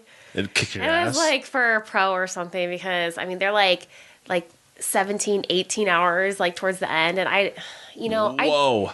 I did what I could. I probably did a little over 50% of what I should have done. But I always made sure I got the long workouts in. And did you do a lot of running? Did you prep a lot for the marathon part of it? Not or as much because I Because you know felt good at that. Yeah, You felt good I'm at okay that. with that. Yeah. Okay. Have you ever heard of this And guy? she did it under 14 hours, by the way. Jeff Galloway training system. The running and then you run for 4 minutes, walk for a minute. I don't like to run walk. See, well, that's what. Hey, what. why don't you shut the fuck up with the walking thing and let her tell you what her program was like? Listen, I'm throwing another element out there. She might, you know what she might do? I'm kidding. You know what she might do? She might go out for a run and go, you know what? that fucking Matt guy. But if I start walking, I want to be done. But that's what my worry was. That's what my worry has always been. So I've never done this. Mm-hmm. But that our last guest, Lori Moritz, she's like, right before I went to go do my second marathon, this guy, Jeff Galloway, was in Des Moines, and she met him, and he goes, the expo before the marathon. Yeah, I'm sorry, the expo. It's like the day before, right? Yeah. Mm-hmm. And he goes, listen, this is what I want you to do. I want you to run for 4 and walk for 1. Mm-hmm. And it's like right before you do the event. And she's like, no, I'm not doing that. I trained it. I trained but this she way. did it. He goes, I guarantee you're going to shave time off your run. She did it. Her husband goes, you look like you could have ran another one. You looked great coming across the train. She was only like line, 5 or 4 minutes. She shaved 6 minutes off her time. Wow. But she felt a ton better. That was the thing. Her husband said she was a wreck before, and this time she felt great. And her body didn't feel terrible. What I have to say about that is those people just piss me off because they'll start walking and then they pass me. There you go. So there might be something to it, yeah. right? But if it's a mental thing for you that you got to keep going, then that makes sense too. Yeah. Okay, so how far away is your next thing that you're going to do? Well, Is it the San Francisco thing? I signed up for Galena, which is like a couple weeks before that, Okay. and then Escape from Alcatraz. Would you even consider trying the roll? I really just want to get another person's opinion on the whole run walk thing. Don't mess up her training. I'm not going to do it in a triathlon, but maybe. Like, I haven't really figured out what I'm going to do this year. Like, I another goal of mine is I really want to qualify for Boston. So I doubt the run walk's going to work for Boston. I don't know. Is that a negative assumption? You never know. Go to check out jeffgalloway.com. Check out their training. I'm just saying, if you feel great when you're done with it. She was saying that you create your tempo. You're running as fast as you normally would run, and then boom, you stop, walk. But you're able to keep that tempo the entire time because you're giving yourself these tiny little micro breaks. Mm-hmm. And if you can keep that tempo, your actual average is so much faster than it would have been if you were redlining. And my thing is that I finished Chicago in 6 hours, and I was a wreck. Like I got through the the finish line, and everybody's like, "Oh, there's beer tents over there," and I walked over to this little patch of grass, and I laid down in the fetal position with a tinfoil blanket on me, and I was like, I'm not gonna be able to move for a while. And I found my bag. I was chafing so horribly that I could barely walk. And so I finally another runner would be like, "Oh, I found my bag. I texted him. I was like, meet me on the other side of the fountain. I'm jumping fences, and I'm just going to get in your car right off the highway." Yeah, and that's what exactly what I did because I just couldn't. And then we were about. Right from he just finishes that run, and then you get. But then he got in a car, and he just stayed in one spot in the car until we drove home. Oh. I thought that would be even worse. In the car, I was like, you need to pull over because I'm going to get sick. I'm going to throw up. And I didn't get sick because I hadn't anything in my body. But the worst thing that happened to me on that, besides the chafing, was somebody gave me a packet of goo to eat, and it had been sitting in the sun all day long. And I burst this thing in my mouth. And I was like, this is the sickest shit I've ever tasted in my life. I think... I've only done 2 sprints, and it was a long time. It was like 2001, right? 2001, 2002. It's been a while. So it's been a while. But just from remembering back to that time, the worst thing that I did was trying shit during the race, trying things out during the race. I would never say walk and run at the time of the race, But if you have 6 months, I'm going to try it. I'm going to try the whole run walk thing because I've had surgery on my knee, and I would really love to finish running and go, man, I feel great. I feel really good. Instead of when I go out to run, I always I just redline. I go out and run. I hit it. I get a certain tempo, and then when I'm done, I'm like, I am close to death. I feel terrible. I am not like that. Like that's what my problem is, and that's why I can't qualify for Boston is because when I go out for a long training run, I just enjoy it and just like that, and then you got your MP3s. Yeah, and I don't pack water or anything. I stop at Casey's and get like a Gatorade, and then I take that and I'll hide it in the bushes, and then I'll go down and hit I run down Boyson because there's so many Casey's. That's awesome. So I'll stop at this Casey's and then that Casey's and then that Casey's and then I just leave my stuff in the bushes, like my drinks. So on the way back, I just have it already there, and then I dump it in their Have you trash. ever tried the water bottles that have the little? Yeah, I don't like that because it just bounces weird. No, you hold them in your hands the whole time. You No, have I to put your haven't. hands in the holders. That would drive me crazy. I don't know because I have my phone with my music right here, so then I have to be like. Do you mess with it? Do you mess with your phone while you're? Just for music usually. I do a little shuffle and stick it away. I can't. It's hard for me to have things in my hands when I'm running. It drives me nuts. That's you know what the new smartphones. Everybody wants the bigger smartphone. I know. You know, everybody wants the big smartphone so you can watch, play your games. I'm getting one. Yeah, I'm very excited. I don't understand his logic in it. It's not for you though. So But it's not for me, yeah. That's right. If it just made more sense, if I could just anyway.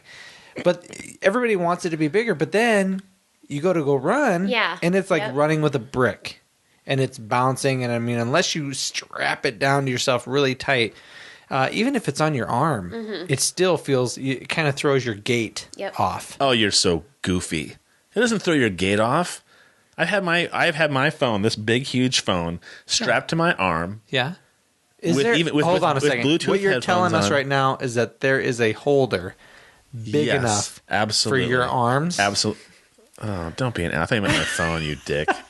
God. Look at that. See how I got him? He walked right into it, right up into the end. And then he goes, oh, you dick. I see what you're trying to say. No, but when I run with my phone on my arm, I don't even notice it. It doesn't like make me tilt to one side when I'm fucking running. No, Come on. like I have a leg holster for work, right? That throws my gait off. You don't think a 9mm has more weight than a cell phone does?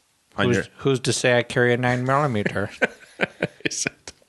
All I'm saying is when you put that extra weight on you and it's not center line, it throws off your natural gait a little bit. I think and it's a little bit odd. I mean, the iPhone 4, that's pretty small. Nobody likes them anymore, I had the right? 4, and then I went to this big thing, and I'm just like... And everybody wants to go with the iPhone. What is it, 6? 6 now? Plus. 6 Plus is the big one. 6 Plus. That's what you're getting. Yep. Which I think is ridiculous because this, ladies and gentlemen, this is what I allegedly believe. Do I have to say allegedly? I don't know. That sounds weird. But this is what I believe. The iPhone has not changed. Like, you open an iPhone and you look through it, you flip through the pages, the icons are the same. There might be one or two features, tiny little features in there that it's able to do now that it couldn't do before. But you're basically walking around with hardware from 4 years ago.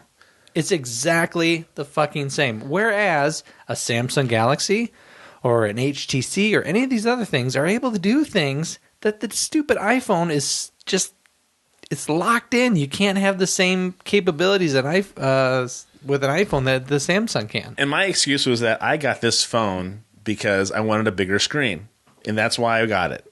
But from the very beginning, I realized I don't have access to my iTunes. I don't have access to all kinds of stuff. I agree. iTunes was the only thing. Don't make it sound better than it is. I would not go back to another iPhone if it wasn't as big as this. Really? So I want it to be as big as this. They're thinner. They have longer battery life than these phones do. And I have access to my iTunes. Listen, so I went to this phone just because it was bigger. Now I'm going back to the Apple because it's bigger like I want. I have access to my music. We have thousands and thousands of songs that I don't listen to anymore because I don't have access to it. Listen, I look at cell phones like I do my wives. When I move on from one phone to the next, I don't want the next phone to be just like the old phone. I don't want my next wife to be just like my old wife. I want the newer, sexier, different version. I honestly I don't see what the appeal is to the iPhone. It's really frustrating to me to look at something that people would you be frustrated about something that was somebody else's choice to make? Listen, once again, this is the second time. The first time was before the recording. This is the second time today that Todd has acted just like my ex, where he doesn't let me finish a thought. Now listen. I don't like the iPhone. I have a frustration with it because you are paying so much money for something that is the exact same as it was 4 years ago. And they advertise it like it's the second coming of Christ. And people get in lines and they camp out and they wait months and months and months for the second coming of Christ, and it's the same fucking phone as 4 years ago. It's just bigger and fatter and whiter. But it's the exact same look. It's the exact same icons. No difference. And opinions are like assholes. Everybody thinks theirs smells better. And Katie's shaking her head, so it must be correct. We both did. She's going to do Alcatraz. We're on the same wavelength. It's just the way it Wait, goes. well, do you have an iPhone? Yes. Oh, see, now she feels like shit. Good job making our guest. But you know what? I'm just kidding. I doubt if I were to ask her, I bet she would say, yes, Matt, you're right. You're going to put our guest in the spot to tell you no to your face. No, she's probably going to say or thinking, you're right. Visually, when I open it up, when it starts, when I'm scrolling through the pages, really no different But than that's how why it was I like 4 years it. ago. I know how to use it. Oh, see? Well, there's a different point of view. It's I familiar. have to learn something new. I like And it. that's why you stay with that special someone that you've been married with. They're familiar. You know them. I thought about switching to the Samsung, but I don't know. I've had the iPhone since it came out, and I really like it. And And see, I I have don't. my iTunes. And I don't hop phones. I mean, my wife said, "Hey, they have a good deal on these iPhones. Do you want to get one?" I was like, "I don't need a phone to play with." This will be my third Really? since they came out. Okay, I've had one iPhone.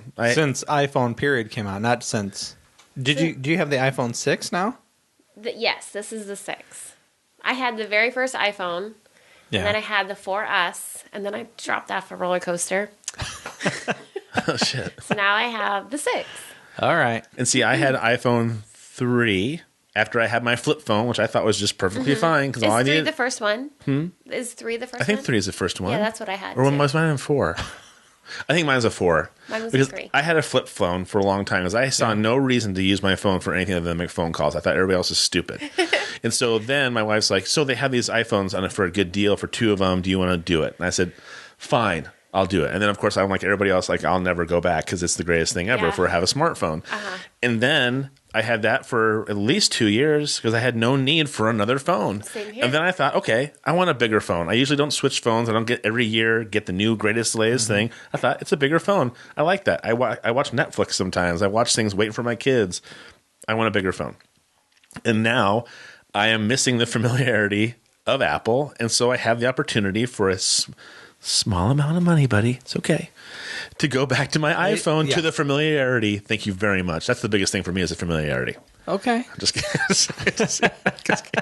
You're like, oh, thank He God agreed- Katie gave me a really legitimate reason. He agreed Otherwise, with Katie. He agreed with her, so I'm going to make sure I use that. you know what? from No, now I on. can understand the logic. It's familiar. You don't want to put you don't want to be messing around with it. You've come to know certain things. You trust in those applications. You want it to work. An iPhone, I'll be damned if it doesn't work all the time. Dude, let me tell you, know how much Except I for like my music. wife's iPhone. Yeah, She can't. Well, it's old, isn't it? It's an iPhone 4. Well, it's yours too. It's always beat up and I always give her my hand-me-downs. yeah, because she doesn't give a shit about stuff like that. No, she doesn't. You know me in music though. There have been times when my kids are like, "Hey, Dad, can we listen to that one song?" I'm like, "Oh yeah." Oh no, never mind. I can't. I have my other phone, so I can't Yeah. listen to it. And I know that doesn't sound dumb, No. but my Sure. we live around music. We love music, and I like having access to it all the time. Yeah. It's just one of those things. And I like the idea that I can, I mean, that was one drawback is I still use my old iPhone to run and listen to music in. And then I've carried this once in a while, but I'll usually listen to podcasts on this because I don't have any music on this phone. So it's like I have to switch back and forth. You know what the whole smartphone thing, how it got injected into my life? I was cool with the flip phone. I was fine with that. It's small, fits in your pocket, no big deal. Had the flip phone a few years ago, started my new job, and I'm working with all these young guys. And they're texting. I'm like, what the fuck's texting? Why are you texting? I'm not going to hit A 3 times to get to, Oh, yeah. or not A, 1 to Right. get Yeah. to whatever letter. And so this guy's like, hey, dude, no, we could text all the time. All you got to do is get a different phone. It'd be so much easier. Get a phone with a QWERTY keyboard. QWERTY. Yeah. Is it the term? I'm pretty sure it's QWERTY keyboard. Before in my Really? life. What are Really? you talking about? Are you making that up? No, you know what? I would take the time. I will. Don't take the time. Listen. Anyways, a QWERTY keyboard and then what? Hold on a second. I used to work for Iowa Wireless. I remember when the Nokia something 9000 Right came there. out. QWERTY. Oh, it just clicks on the bottom of your phone? One of those little thingies? QWERTY is a really dumb name. That's why. Come on. Yeah, maybe. QWERTY Is the most common modern day keyboard layout. It's the most modern day. Whatever. Anyway, the phone. So this is a QWERTY keyboard. Its layout is what matters. Okay. Yeah, but the phone that I got was one that you could slide. Like it was like in halvesies, you know? Right. So you could slide it, and then the whole bottom side was the keyboard. You're Sure. like, oh, sweet. Well, then that thing went to shit after I did some texting for a while, and then I'm like, oh, I'll just go with a smartphone. And then that's how it got in there. You know, the smartphones. If it wasn't for texting, I don't know if smartphones would be. Oh, I don't as think so popular. either. And I think they would be as popular, but not quite as heavy as quickly. Because I think you're right. Texting and messaging is a huge thing. Yeah, because people would rather text than talk. Well, geez, I mean, Katie and I to make sure she came in today was Facebook messaging on my phone is how I contacted her and how we've been going back and forth. Mm-hmm. So What? I think What's it's back and Facebook? forth. Facebook.com. It's an That- incredible yeah, social 'cause media I don't network. Yeah. Facebook. Katie's on Facebook. I won't have to. I don't have to show this. I was. I can edit all this out because whatever you see on the TV could possibly be on the podcast, but I don't have to. She probably doesn't want her Facebook page. I'm not going to have her on. I won't put it on. I there. did. I did get a lot out of reading your little that day of. That was really well done. And so I've heard PB&Js are like the number one long distance running food. Mm-hmm. They just pack like Really? 6 to 10 PB&Js in their little bag in the back of their shirt, and they just take off. It has the perfect amount of protein, simple carbohydrates, complex carbohydrates, and sugar, simple sugars. And I practiced Well, on my training rides. Oh, you would train and Yeah. eat. Oh, I knew exactly. Like everyone said, don't, like you were talking earlier, you don't Right. ever change anything on race day. And this is a long race day. You have to have a plan. Like that's, so I whatever. It boggles my mind. Yeah. so what, you got like a fanny pack on when you're riding, or how would you do this? Well, let's see. I think I had 3 PB&Js. So I just had like a bag with one sandwich stuffed in it. And then I had like maybe a bento bag up here with another sandwich. And then halfway through, there's a checkpoint where you have a bag where you can switch out. Oh, cool. Yeah. So at like 56 miles about-ish, then you can get your new bag and throw your old stuff in there and then get your new stuff. Interesting. Mm-hmm. I don't know if I told you this story. Where's that trampoline place here in town? Airfx. It's just there. Were you really? I was waiting in line helping my kids buy the special socks and shit that they Yeah, need. yeah. You have to have those, or you're gonna go sliding all over the place. I understand. I was just unprepared. And so I was waiting in line. This guy walked in and he had a hat on that had a band, elastic band was the whole back of the visor, and it said swim, bike, run. And I thought, oh, it's a triathlon hat. That's cool. I wonder if it like keeps the sweat out of his eyes or some kind of special thing. I wonder if it's just a hat. I wonder where he got it. He turns around and it's an Iron Man hat. And I'm like, oh shit. And he had the Iron Man tattoo after that. And I was like, because I mean, my wife makes fun of me because I will not buy or wear anything Iron Man unless I did it. I won't. I just not It's gonna. kind of like people wearing Harley Yeah. stuff that don't own Harleys. Exactly. I am. Is that just how you feel not, about it? Oh, no way would I do that. No way would I do that. Yeah, well, I wouldn't get an Iron Man tattoo if I hadn't done an Iron Well, Man. obviously, but I mean, I'm just not going to buy the gear if I haven't done it. It's just not okay. I don't think I would either. You wouldn't either, No. because it's like I don't know, it's a badge of honor for lack of Yeah. a better term. Well, I mean, I don't know. Because the thing is if you're wearing it, somebody's gonna be like, "Oh, which Iron Man did you do?" And then you'd oh be like, sure. Oh, I didn't do one. I didn't. I'm just trying to look really cool. like the colors. Well, like we were at this bar riding in Madison like a few weeks ago, actually, and this girl's wearing an Iron Man jacket, and so like friend after friend was like, "Oh, did you do the Iron Man?" She's like, "Oh, no, my boyfriend did. I just got this jacket, and I mean, I don't That know. would be awkward. Yeah, it is. I think. Sorry, it I'm would not be. that cool. Oh, Well, oh, I'm not interested in talking to you anymore. I'm gonna go back over here. I don't know. I think that would be awkward. I would want to do it. Yeah. And they say, "Yeah, I did it," but I don't want to talk about it. So, okay, so you're really into the swim, bike, run thing. Have you tried your hat at the mud runs, things like that? I've done. Let's see. What's the short one? The Warrior Dash? Warrior Dash. Yeah, It's a good done one. The Warrior. I'd like to do, what's the longer one called? Tough Mudder. Tough Mudder? I would. Spartan I'm Run. a little worried. I'm scared of getting shocked. It fucking sucks. I will, yeah.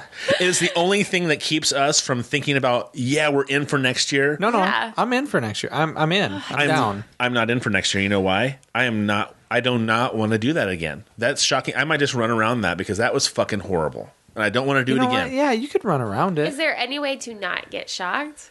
No, not if you run through it. You're totally gambling. Now, one of the ladies who did it with us, I also did the what was the one I just did with Denise? Go Ruck. The Go Ruck challenge, yeah. right? Mm-hmm. She did the Go Ruck with us also, and she ran through there, not one shock. Now him and I, we ran through She's there. tiny.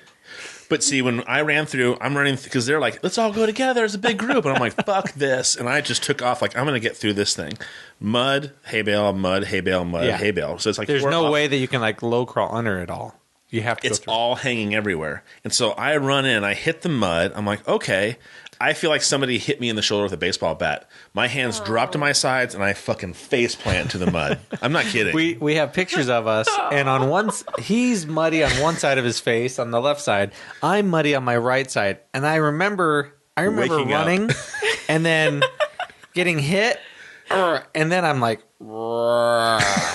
rolling over. The next thing I remember is getting up Waking and up. rolling over and moving, and then I got hit like in the ear or in the temple. Oh my God. And I totally think that because we're two bald bastards, that hurt if we worse. would have had a lot of hair, I don't Or a think, hat? or a hat, I don't think it would have been as bad. But I'm totally wearing my Tough Mudder sweatband next year when I do it, and I'm hoping if I'm going to do it, I'm wearing a hat. Because I did the same thing. maybe I'll carry a hat with me, the ones with the hair, the hat with the hair on it. Maybe I'll wear Because that. when I got up, I was like, this is horrible. And I crawled over the next one through the mud, and I was like, okay, one more hay bale. I crawled over, boom, another one hits me in the head, and I rolled off onto my back. And because I had face planted, my eyes were full of mud. And so we get up, and I'm like squinting and looking for the finish line. And I was like, let's all hold hands and run through together. And I'm like, sure. And somebody grabbed my hand, and I just ran with them with my eyes closed because I couldn't see where I was going. So that's right at the end. Yeah. And so Yeah, then it's right at the end. and they It's hand right you at a the end. beer as you walk through, and I literally dumped it on my face and my eyes so I can get all the mud out. Oh my God. Why don't you pull up your Facebook page? Is this your picture of all of us right there? Yeah, I'll do that. But we also did a podcast. But you it's would- it's in the podcast. You would really, I mean, up until that point, it is really a blast. Yeah, and absolute my blast. wife thinks that CrossFit is why she even thought she could attempt it. So she loved it. I don't know. I'm up for any kind of fun new, Yeah, and we got to interview the guy who does all the PR for it for a podcast. He was a really great guy.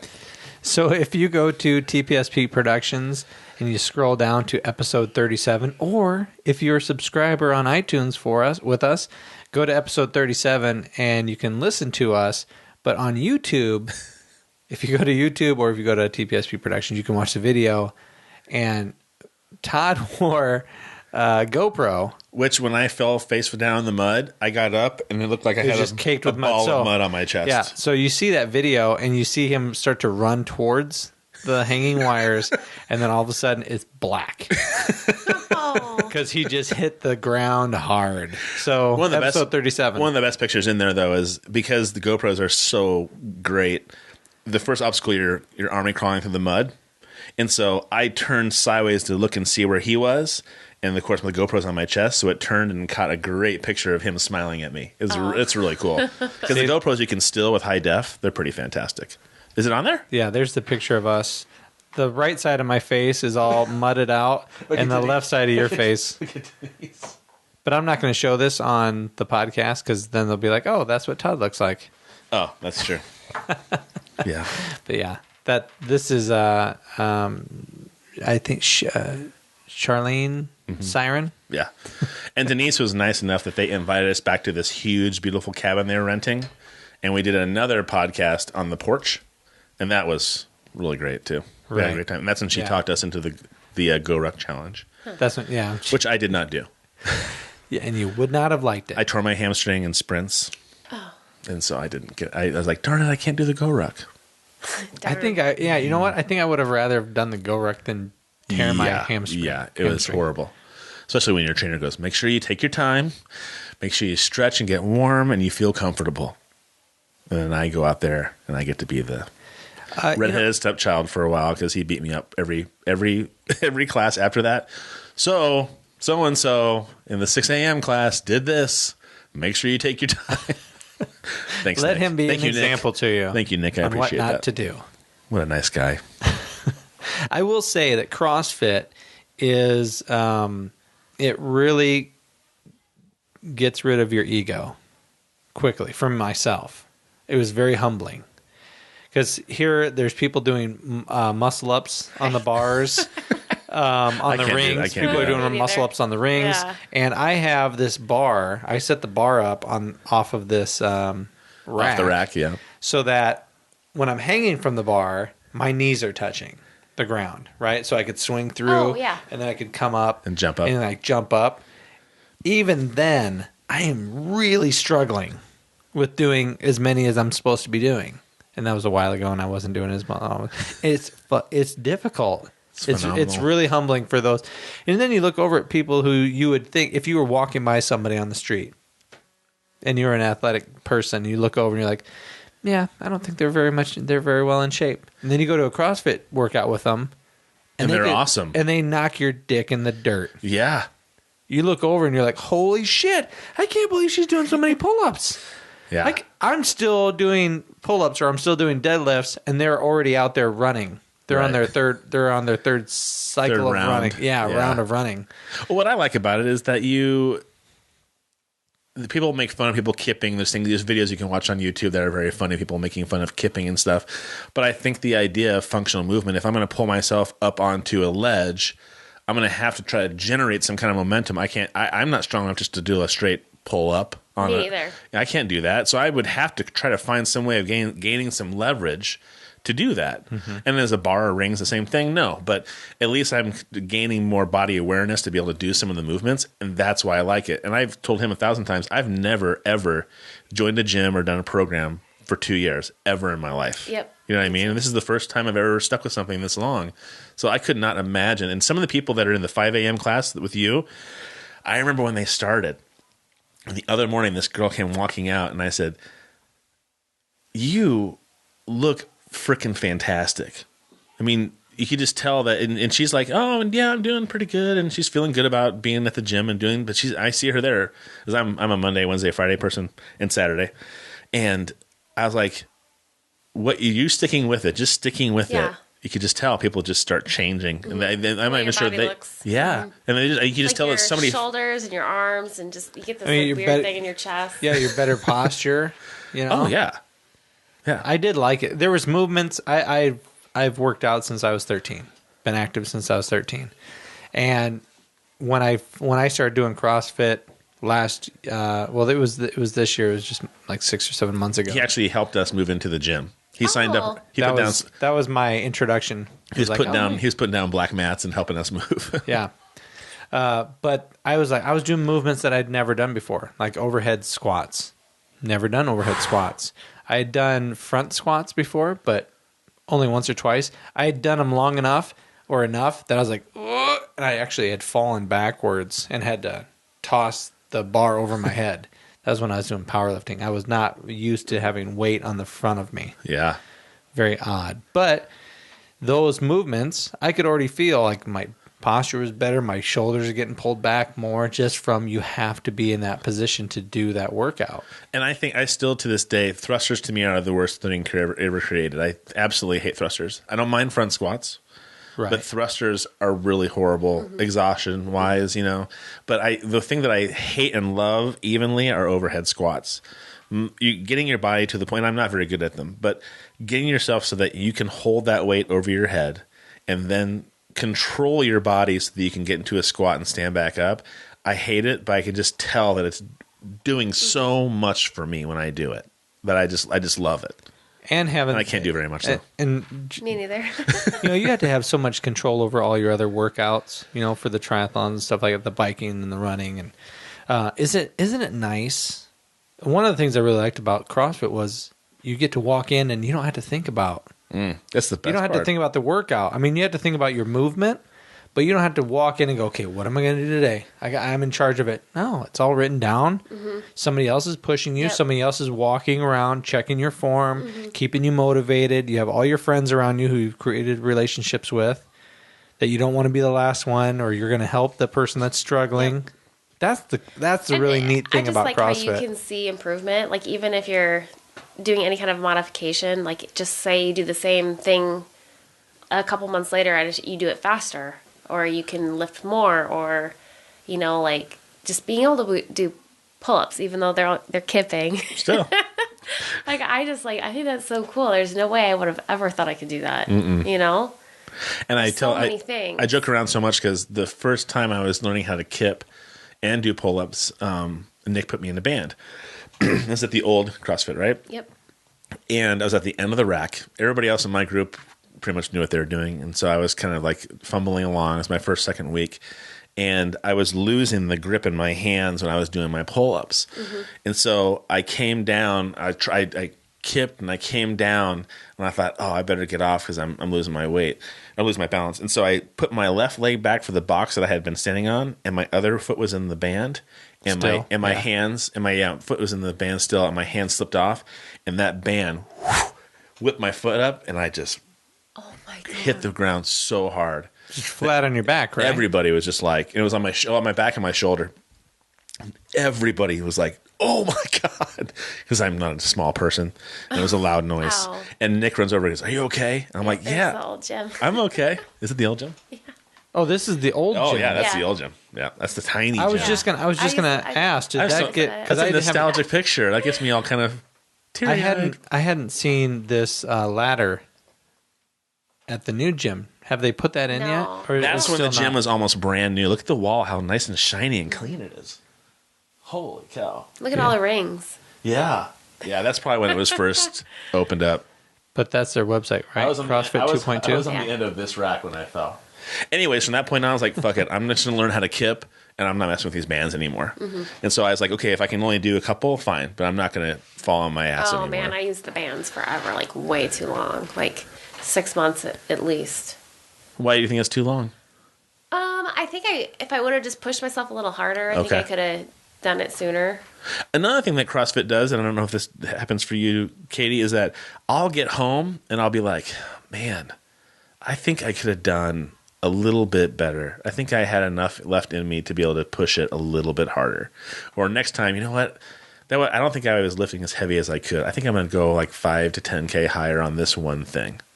And I don't think very often I get done with a workout and other places I'd be like, oh, God, I got done doing curls and I'm wiped out. I'm so glad I'm done doing arms today. I'll do back tomorrow.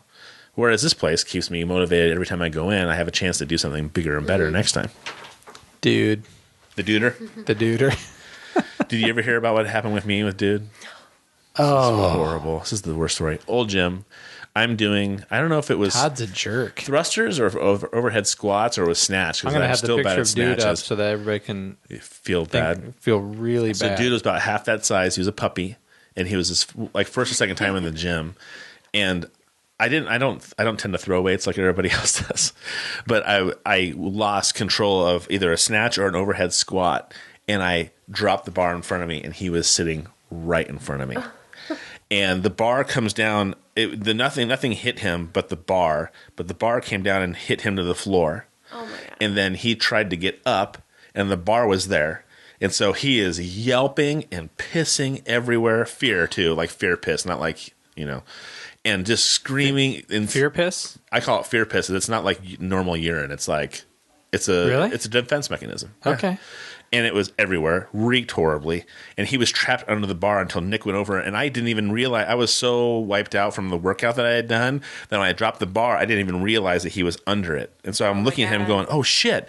And so Nick ran over and picked up the bar and he ran to the office. And I want to say he was there for 4 or 5 days. He would not come out into the gym. He would just sit there and look out the window. And so, like the other day, I was doing this exact same thing, overheads or snatches in the Ollie lifting room, and Nick is sitting with him right in front of me, and Nick's Nick's like, "Yep, that's the guy." You know better than walk over by that guy. God. And I was like, that makes me feel really shitty, Nick. He's like, I'm just kidding. The duder. They have great T-shirts with him on it too. He's a great little logo for the gym, I think. Yeah, so if you want to check out some of CrossFit 2.2's stuff, go to CrossFit 2, the number 2, spell out the word point, then it's the number 2 again, .com. And they have a lot of stuff in their store and shirts. Do you think you want to do another Ironman? Definitely. Absolutely. Not right away. Now, see, I don't want to do it this year. That's crazy. to me, that's a good endorsement. To me, maybe even thinking about doing it. Whereas, when Todd got done with the Alcatraz, I go, so, would you ever think about doing another one? He goes, fuck no. Now, I did preface it by saying if I had somebody if you wanted to do it with me, I would love to do it again. To do it with somebody else would be fun. Mm-hmm. But it was my bucket list. I just wanted to do it one time. But why would I want to do it? If it was so tough, there's like, fuck, no. There's so many people out there that you can find to train with. Like, there's so many groups in Cedar Rapids that just have rides here and there. Like, if you want to ride with a group, or if you just needed your own time, that's when I would do it in the mornings by myself, whatever. But, like, Dan Tucker, and what is it, the Cedar Rapids Tri Club or the Midwest Tri Club, like, they get you in touch with so many people that it just, like, if you want to find somebody to work out with, like, I think that some of these groups in Cedar Rapids are why we're becoming a much more pedestrian-friendly city. Is a lot of these groups are like, we're not waiting around for you to get all this shit finished. Mm-hmm. We'll put the groups together. We'll find places to run. We'll do these things, and maybe you'll catch up with us. Well, that's I was going to ask you about this because this is one of the reasons I don't bike very far is I can't stand to bike on the road and then have people zipping by me. They don't care. They act like they don't care. I have gravel trucks within a foot or two of me, it seems like, when they're zipping by. Does that bother you a lot, or does it not bother you? You're so used to it by now? A lot of times will be out biking during the day. Like I said, like when I work at 1, I am biking between like 8 or 9 and 1 o'clock, so it's not that busy. Like I'll go out on the highway where there's like I'd go north a lot, I'm trying to remember the names of the towns. Like, is it Cedar Valley Trail go all the way to Center Point, or where does that go to? Yeah, but it turns into like gravel. So okay. Mm-hmm. Well, I think one of the problems is that you can only go so far. Yeah. The roads from Cedar Rapids to Ely are pretty good, right? Yeah, but you gotta like cut through all the stuff, and you can't just ride. Oh, you can't just go straight and go hard. No, you gotta stop for stop signs, stoplights. Like, you go through downtown. Oh, that's right. So basically, if I was I would map it out on Map My Ride, like the day before what I'm gonna do. I'd like take the trail up and then cut over on some road, and then go up to Albernet, and then go up to just pick one city after the other. And then a lot of times I'd even like copy rides that like Dan Tucker and his group would do. Like, okay. And who's Dan Tucker? You mentioned his name a couple times. Is he part of a group here in town, or? Maybe Hawkeye Bicycle Association. Okay. I'm in the Midwest Tri Club, and I think somebody just threw out there, if you want to bike with a group, email this guy and he'll get you on their list. So I went on rides with them. It's a bunch of older guys. They kick my ass. Really? God, they're so well, they're fast. Seasoned. You know what I mean? They are good. Well, they don't go to work every day. They ride their bikes every day. They're good. Okay, nice. So that was fun. I like biking with them, and I'd copy some of their routes, like if I couldn't make their times, and just do it on my own. And I was shocked to see those bikes. Those bikes with those humongous fat tires. Oh, I saw a guy yesterday riding one.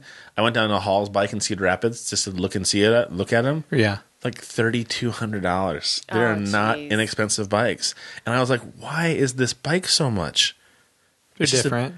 It's just a bigger tire, though. There are bikes that were up on the rack that I would much rather have that were like $2,000. But why is this bike $1,200 more than that kick-ass racing bike? It's for people that are that good at biking. You think that's what it is? Yeah, I do.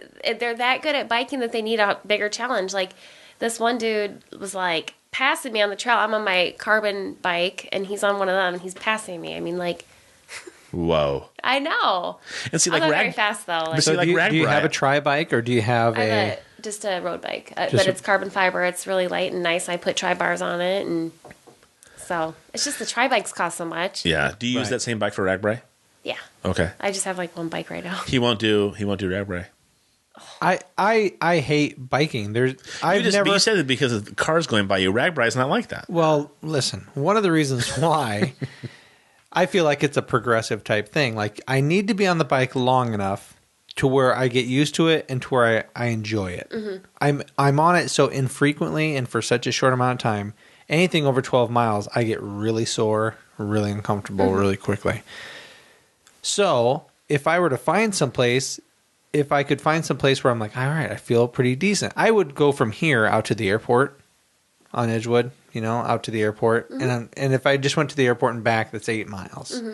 Go there and then to Ely, maybe, and back to the airport and back.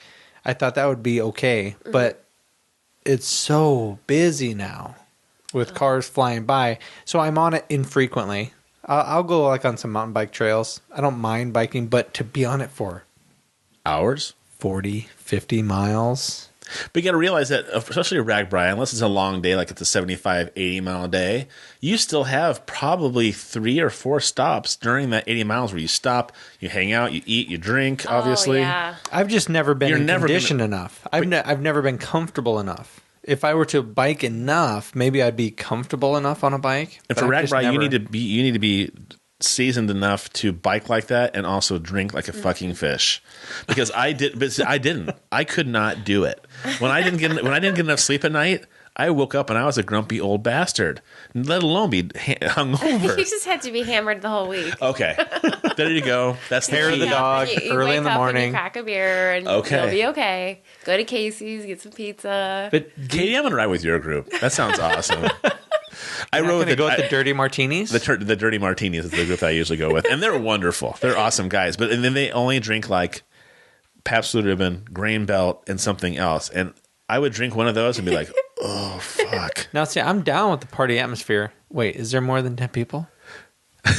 If you go down to I get really weirded out when there's a ton of people around me. If you go down to like the expo area, there's hundreds of people. But if you stay in your camp, it's just how many people you're with. If you are like with our group, we're usually at the very back of the pack where we never get in before dark. They wear kilts and stuff. They have these little mini skirts and stuff. They're awesome. I mean, you bike like 5 or 6 miles and then you stop, have a drink, maybe for an hour or so, whatever, hang out. Get on your bike. I could handle 5 or 6 miles, chill out. Yeah. That's what I'm saying. Take off 5 or 6 miles. I thought you were like powering through 40-some miles in one shot. You are not listening very well. I try not to when you talk. Because you stop at bars all the time. I remember I was talking to Craig about this. We went to the Templeton Rye brewery or distillery when we were out there, and it was like 103 degrees outside. It was fucking horrible. And my buddy I was riding with goes, "Hey, let's go through the distillery." I was like, "Okay, that sounds fun." And he's like, "Oh, I heard they're giving away free shots when you get to the end." And I was like, "I'm not drinking any whiskey when it's 103 degrees outside. Are you fucking nuts?" You get outside and it's chilled on ice. And it was like the greatest tasting thing. From that point on is why I started buying Templeton Rye and Cedar Ridge bourbon, because from that shot I was like, this is the best tasting liquor I've ever tasted. As long as it's cold and super hot? I'm a whiskey drinker with ice, so I don't usually drink it with like shots or sipping it. I don't like that. But I like it cold. And it was fantastic. And that was my first Ragbray, by the way. Now, something I've been wanting to ask you, and I keep forgetting we get on other tangents. With all the running and biking that you do you have any IT band issues? Do you have any issues at all with injuries and stuff like that? Anything nagging you at all? Or that you found that you had to specially deal with? 50, 60, 70 miles, my toes cramp really, really, really, really bad. Your toes cramp? Yeah, it's weird. This is not something I've read about. Oh my God, it hurts so bad. And I knew it was going to happen, and it definitely did happen. But it was just like that day, I'm like, all right, 70 miles, boom, there it was. And I was just like, you know what, I'll be fine. Because it's weird, when you get off the bike, it just goes away. And I started running, and my toes were fine. So it was just one of those things where I know it's going to hurt, and just keep going, and don't really worry about it. Just badass. I told you, she's a badass. Yeah. My sister goes, "Do you need another beer, or are you good?" I'll take one more, I suppose. She's a Ragbreyer. You have to twist her arm. So listen, we said that we were going to do the Primal Scream podcast from Ragbri next year. That's what I would like to do. Oh my God, that would be awesome. And he said he doesn't want to. He said he wouldn't want to do it, but that he'd be like the driver, right? Yeah, maybe I'll be the driver. Dude, we already talked about this. You would be a great driver. Or if you could put a wagon on the back of my bike. Oh Jesus, me hauling both our asses somewhere? Are you kidding me? No. If I had like something that I could drag behind me that didn't really slow me down too much, I could have like all my stuff that I need. Like bags. Yeah. Well, that's what she did. She bagged. You were back in the Colorado Rockies, right? Or not the Canadian Rockies. The thing is though, is that I don't have the proper bike for it. I have a road bike and carbon, and you're not supposed to put all the stuff on there. But I do, and then my spokes start breaking and stuff because it's not made to handle all that stuff. Yeah. So anyway, cow. I'm getting a new bike just for that. Yeah. Yeah. Do you try to find sponsors? Do you try to find anything to kind of help you out at all? I mean, like your work. Like, I'm not good enough. But you did an Ironman. You don't think Hy-Vee would be like, oh, we'll throw you $500 for your bike spokes? Oh, I don't know. You you've just slap never even Hy-Vee all tried, over you. have you?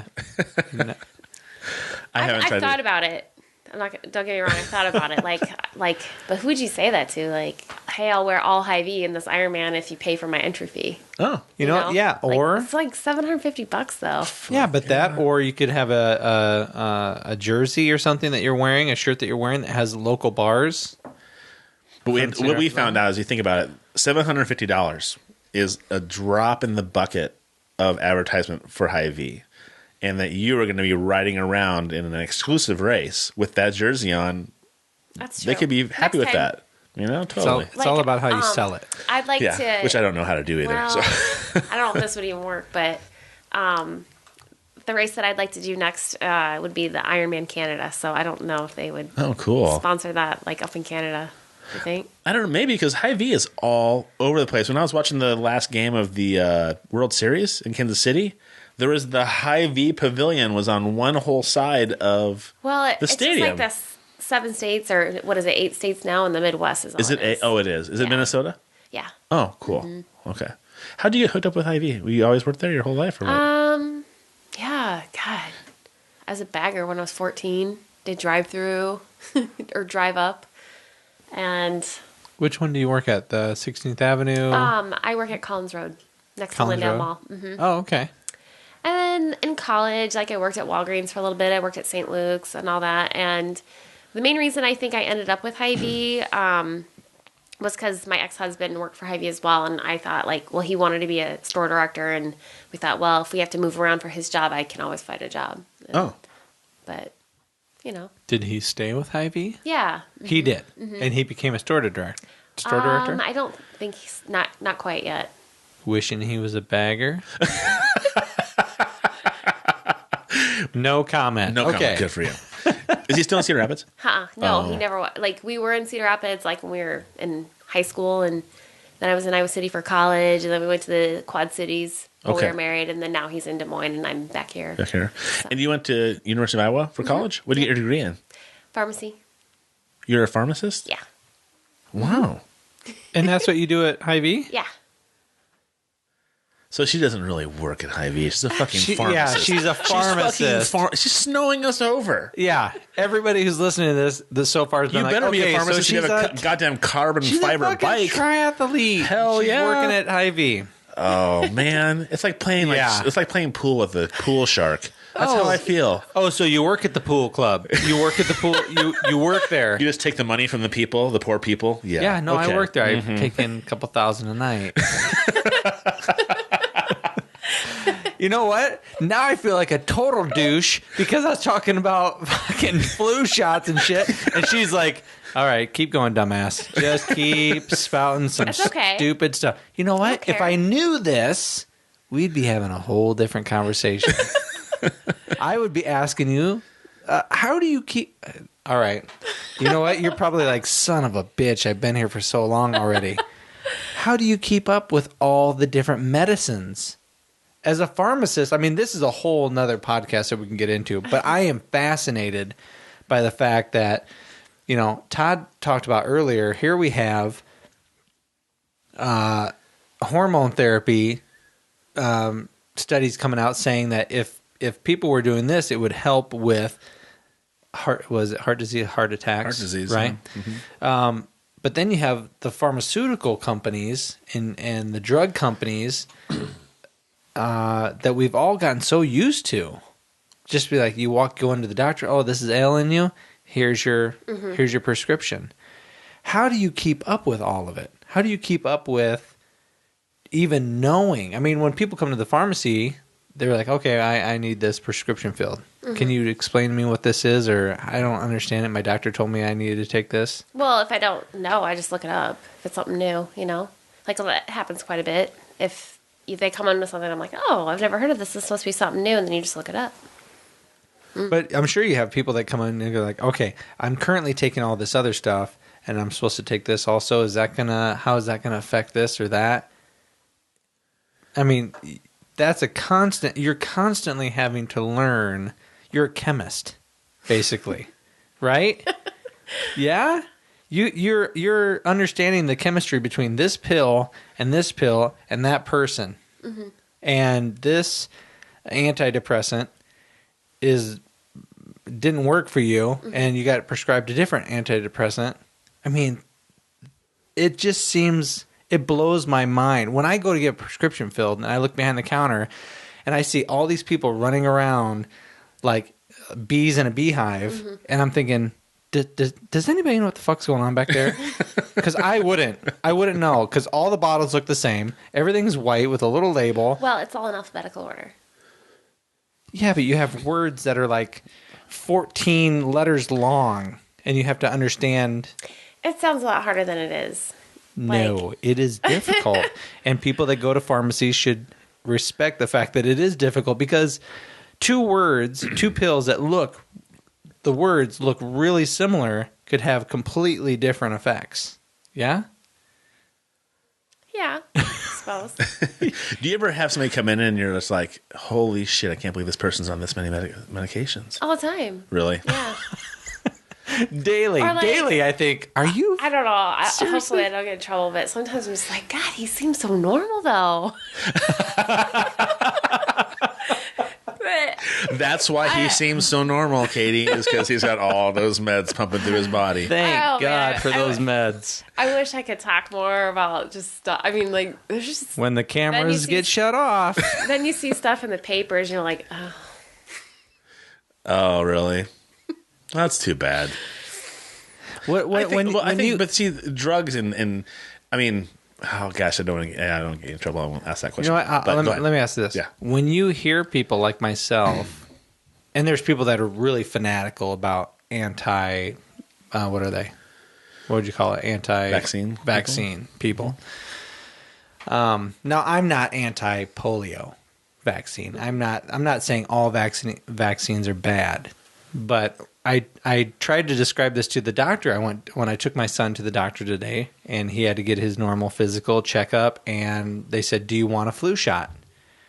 And I said, you know what? If it was just me, if my wife was dead and gone, I would say no. No, thank you, because there's multiple strands of the flu, and I can't wrap my stupid brain around. It's like Russian roulette. I'm going to give you a shot. Did it make you feel any better? Did it prevent that strain from coming around? Well, if that strain was the one that was coming around that season, yeah. But maybe it didn't. So I'm just injecting my son with shit that I don't know is really in there. I have no idea. You as a pharmacist might know exactly what's in there and how it all is put together, and is it harmful at all? I have no fucking clue. I doubt that doctors even have a clue.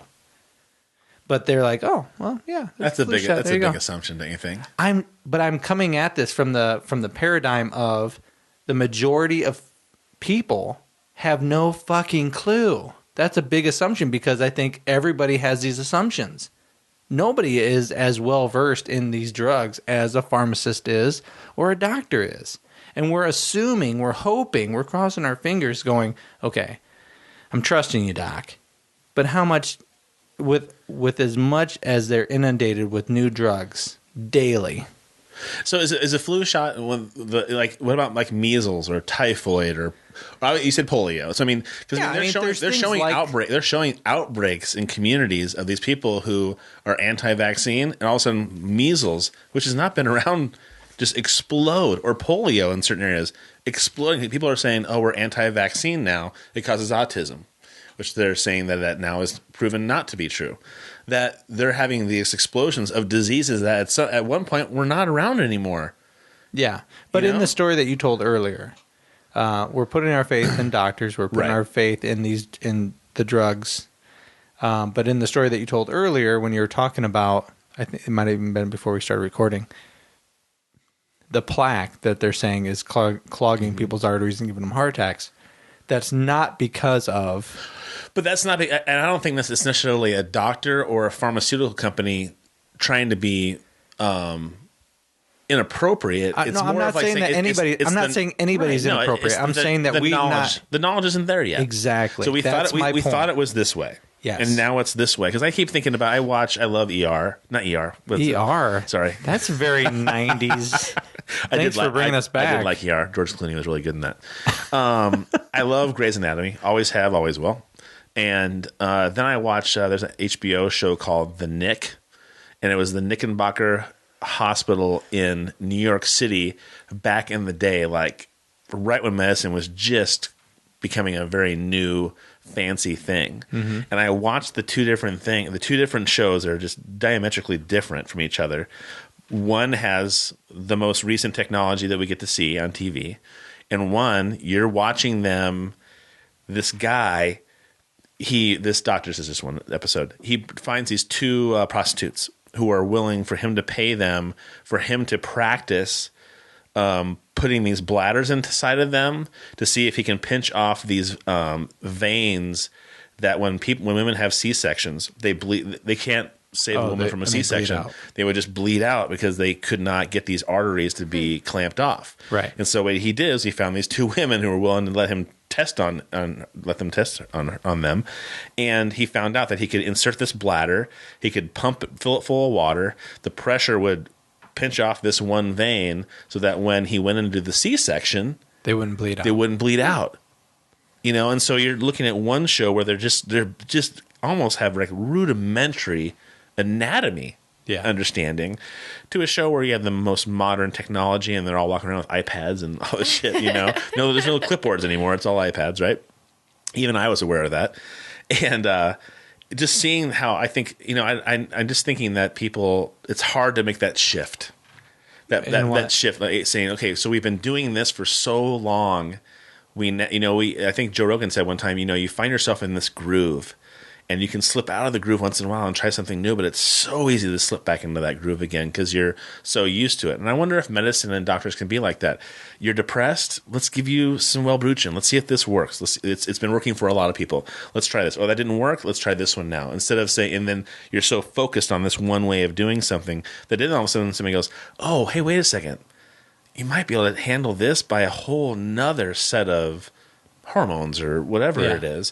And so let's try this. But you've been doing this for so long. Now I got to shift my thinking, you know? And it could be about, I mean, that could go over to politics or whatever else. Well, this is how I identify myself. I'm a doctor. I prescribe things. I heal people. This is what I do. Now you're asking me to take a whole nother viewpoint on it. Yeah. Wow. That could be a tough road to hoe. And I also think that each person is they are their own chemistry set, you know? So if I were to throw this chemical into you, different reaction than if I were to put it into you, because maybe you eat better, no doubt, exercise more often, absolutely, you know? So don't beat yourself up too bad. But if you both have symptoms and I give you both the same drug, it's not necessarily going to affect you the same because you are your own chemistry set and you are your own chemistry set. Well, you would think that if, say, she's got healthy veins, a great heart, and no, you know, cholesterol is perfect, your body would probably absorb that medicine better than maybe mine would be if I have clogged arteries and things are running slower and not going so well. And so maybe I don't know why, but I have a really easy time picturing this right now. That's why I gave you that. Perfect. perfect. I can picture totally in your see head. like sluggish blood. Thank you. Like, oh fuck, I barely made it through that one. I haven't had a Baconator from Wendy's in a really long time. I'm just saying. And who's to say the Baconator's that bad for you? You're right. Oh my God, this is one of those things. It makes me. I'm excited and it makes me feel bad at the same time that What? I've known you sort of for 2 years and I had no fucking clue she was a pharmacist. I can't get past it. I didn't think you were a bagger at Hy-Vee by any means, but I thought you worked at Hy-Vee, and I thought, oh, wonder if she's probably a manager or, you know. I thought maybe she did like the health section thing, like Health market manager or something. Yeah. See, that's where my wife. That's a much better way of describing it than me going. The best. This is one of my favorite things about Hy-Vee. Is first of all they carry Oasis hummus from Iowa City. Yep. It's $9 a container, which is insane, and we buy like 3 of them every 2 or 3 weeks because it's so freaking good. And the health food area that Hy-Vee has done is fantastic. Mm-hmm. I go there now more than I do Target for sure. Yeah. Because I just get it. What I really want though is, have you ever had Quest bars? Obviously, you've had a Quest bar. Oh God, I eat one every day. I need to stop because they cost too much. They cost a lot of money. Have you heard about the Quest chips? They're bags of chips. They're like little bags of chips. 21 grams of protein, gluten free. All right, I'm gonna pull this up. I don't believe you. And so my wife and I are just like, where are these goddamn chips at? Nobody carries them in Iowa that we know of. Des Moines probably. Trader Joe's carries it or something, but we can't. We're waiting for them to be at Hy-Vee. But yeah, I'll have to ask because they doubled our whole health market. Have you been in there? I have been in there. I remember I was in there when they were moving all the walls around. They're right here. The Quest protein chips. Telling you, cheddar and sour cream, single bag, 21 grams of protein, 2 grams of fat. Look at that, potassium, 0 sugar. I mean, come on, that is awesome. Pretty cool. But you know what? It is still very processed. So if you want to eat clean, it's probably not the best idea. But you know what? If you're going to snack on something, you might as well snack on that. That's what I kind of come back to. If I'm going to fuck up and I'm not going to eat very well, I might as well indulge on some sour cream and onion Quest chips. You wouldn't snack on, which it almost offended me when you came over today. I was like, "Hey, you want to try some of this? What was it? Nature Box. Nature Box. I got on Nature Box. Went to naturebox.com. They have sample pack. If you sign in, they'll send you a box of 5 different samples of different things. And my kids loved every single one of them. And I go, "Hey, Dad, you want to try one? A little snacky poo? There you go, pal. I know you like to eat." No. I poo-pooed it. Yeah, you poo-pooed it, you son of a bitch. I tried one later and it was great. I don't like you giving me healthy things because you walk around drinking Pepsi and all right, everything else. Listen, we got to cut this out. We got to go. We got to let Katie go. I got one GoPro down. I got another one getting ready to go down. Thank you very much for coming in tonight, Katie. We really appreciate you taking the time. I would sit and talk about triathlons and forever. Yeah, Ironman.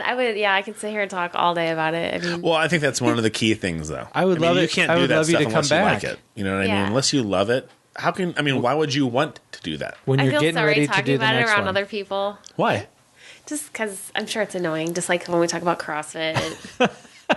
Did you ever see the? I want to say there was. My wife had it on Facebook. There was a Cards Against Humanity white card because you can make your own. They give you blank cards to make your own, and one of them said sitting next to somebody in the airplane while they talk about their CrossFit.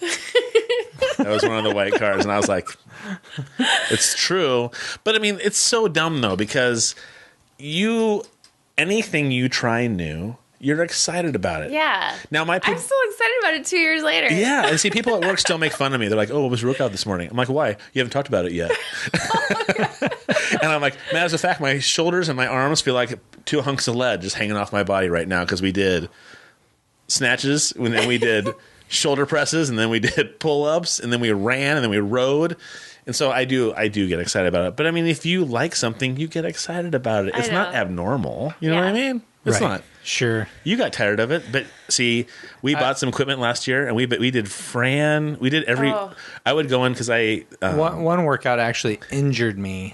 It did injure me because in my backyard, the hill is at a slant, and I had knee surgery, and I was running on the hill that lengthwise. And after we did a couple hundred runs of that, yards of that, that messed me up for months. So if you're going to do it, make smart. sure you're not being a dumbass. And then every day you're like, yeah. I'm so sore. Oh. But it feels good. Yeah. It's a good sore. Yeah. Well, and what we did was, not this last summer, but the summer before, I would go work out in the mornings like normal because I didn't want to get on my routine. I was like, I cannot get this routine. I don't want to break this routine. I would do the workout in the morning, and then I'd come over here, and I would do it again with him. But usually like later on in the morning. Yeah. And so I was like, we need to find our Fran times. And we did. We dropped our Fran times pretty good, didn't we? Just so you know, I took tennis racket wrap, and I just wrapped my pull-up bar in my shed.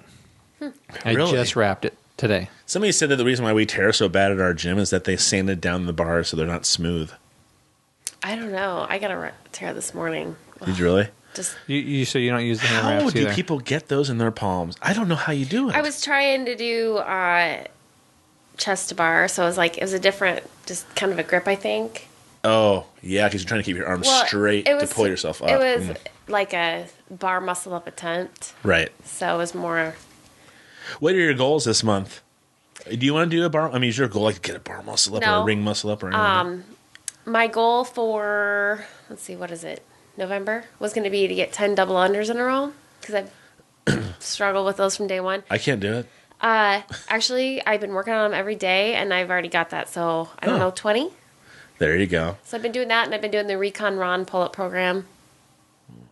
Speak of English, please. We're going to pull-ups every day just to be able to get like a bunch in a row. Oh, okay. You know, like, wouldn't it be cool, like, if you did a 21, 15, 9, and you can do 21 without breaking, and then, you know what I mean? That'd be sick.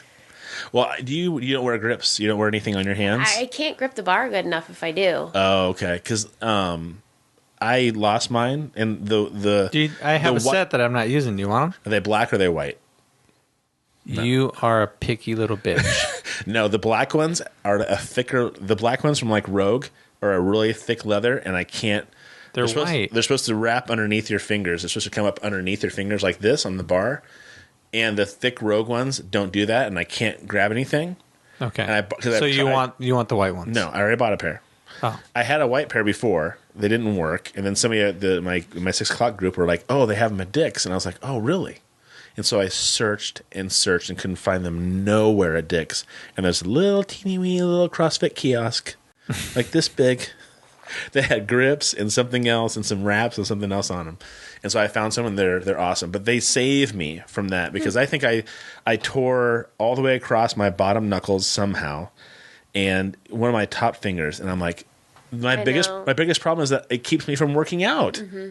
I can't do anything. I wanted to do my Recon Run pull up when I was done with working out today, but I couldn't because I just had gotten that. Which this will heal really fast. Yeah, but still, it's a pain in the ass. Yeah. All right, we gotta let her go. Okay, sorry. All right, so I'm sorry. I'm having a great time. You know what? After we shut it all down, we'll keep talking. We'll have a couple more beers if you like. We gotta go. If you want to check us out, go to our YouTube page. Let me talk about the YouTube. You can talk about the website. Do whatever you want. I like the YouTube page. You get to see all of our videos. Eric George, episode 60 is on there. We have the new one from Count to 10 with Simon Sanborn. It's on responsibility, everybody, to help your kids with that. There's also Trustworthy. It's great. It's great videos that helps you with your children and or problem teens if you're a teacher. You want to deal with that stuff. Thank you again to Ecolips. Go to ecolips.com. Check out their lip balm and all their different varieties. Make your own lip balm. That's great. There's over 2 billion combinations. Believe it or not, no shitting ya, 2 billion. So check that out, ecolips.com. Also, Sweet Raw Joy. Go to some of the local Hy-Vee stores in Cedar Rapids, sweetrawjoy.com if you want to order it there. A great local business to wonderful local promote, business. for sure. Great owners. Really love their chocolate walnut fudge. She called it fudge. Fudge. I prefer to call it just fudge. I liked it a lot. I also liked the lemon cheesecake with the raspberry ribbon. Oh, I like the chocolate one. I'm all about the chocolate. I loved it. Also, if you're looking to have a great time with your neighbors, you want to bring people together. Halloween was the best. Have a wonderful time. Maybe have a few drinks. They don't have to be alcoholic. Get Cards But Against why would you Humanity. not have alcohol? It makes it so much more fun. Yeah. We had a gentleman who couldn't see very well because he had quite a bit of alcoholic drinks. Yeah, and he forgot his glasses, and we were laughing at him trying to read the cards. It was more than better. anything. And every time it was his turn, he had a twofer, and he could barely read. And we all just peed our pants. We were laughing so hard. It was the best. So if you want experiences like that, peeing your pants and such, go to cardsagainsthumanity.com. You can download it for free, or hell, just pay for it for $25. Get all the expansion packs, get the bigger, blacker box, and hey, who doesn't like an extra 21 inches? We all do. Admit it. Bigger, blacker box to hold all the expansion packs and your holiday editions. cardsagainsthumanity.com. And that's it. Oh, Todd, where would people find us if you don't see us on YouTube? The best way is to go to tpsbproductions.com. While you're there, you can scroll down. First of all, like us on Facebook, follow us on Twitter. We love doing that. Also, do not forget about the Bandwagon podcast. Rock and Rob, they've been off for a month. A bunch of things going on in their lives, which is understandable. But we are very excited about having them part of the TPSP Productions family. They get to join us in that. Very funny. Very, very funny, very funny sports podcast. Again, I say this all the time. I was not totally convinced when they came to us with the idea of what they wanted to do that it was going to be so funny. Yeah. I did not give them the benefit of the doubt, and it's a fucking riot. Yeah. So True. Absolutely wonderful. But go to tpspproductions.com. You can follow us on Twitter and Facebook, like I said, but make sure you go to the Primal Scream and subscribe and like us through there as well. And Pinterest. I haven't been on Pinterest very much. You know what? Leave some comments. If you want to hear about a certain topic, what we might feel about that topic, or if you want to you want us to interview a certain person. We're all about that. Or if you want to comment on there that Todd talked too much and maybe Matt should talk more. Or because the star does need to talk a little bit more. Right. Or if you think you know what Todd looks like, send us a picture. Tell us what you think he looks like. Don't send a picture. Just make a comment. How's that sound? He's just this big, walrusy, sexy bastard. Does that work? Walrusy? Sexy bastard? Well, walrus I think of as like a big, sturdy something. I think of big fangs, lots of blubber. I mean, I'm not sure where you're going. You got this stuff. Can a guy try something new? Sure. Without you giving shit? Now that would be no fun. Never mind. That is true. We've been friends for too long for me not to give you a hard time. That's true. Is there anything else? Was there anything else you wanted to say? I'm just extremely pleased to be able to hang out with you. It was really awesome. Thanks, Katie. We really had a great fun. time. And on before your next race or before the next thing you want to go do, we'd love to have you back on. Okay. Tell us how you did. Okay. And if you want to say, hey, Matt, I did the whole 4-to-1 thing. It was fucking great. Or after the alcohol. Yeah, she's like, whatever. Yeah, off. Sure. I'm just going to smile and nod. Hey, we'd love to have you back on off the Alcatraz. Okay, yeah. I would love to hear your experience. It's so fun. cool. And if you jumped off and you just bobbed there for a while, and then you're like, I saw Finn, and I thought of Matt, and I just took off. That's cool. The scary part is when the pros do it in 22 minutes. You're like, are you shitting me? It'd be so nice to be out of the water in 22 minutes. Oh, God. That's insane. Wait till they tell you. My wife said it just looked like this torrent of water just coming forward. It is amazing looking. Crazy. Yep. Maybe I'll go there sometime and just watch you. Oh, I'm not going to do it unless you do it with me. It's that simple. Well, that's not going to happen. Anyway, so that's it for tonight. I'm Matt. I am Todd. And that's Katie Morio, everybody. Thanks. We'll see you later. Adios. Good night.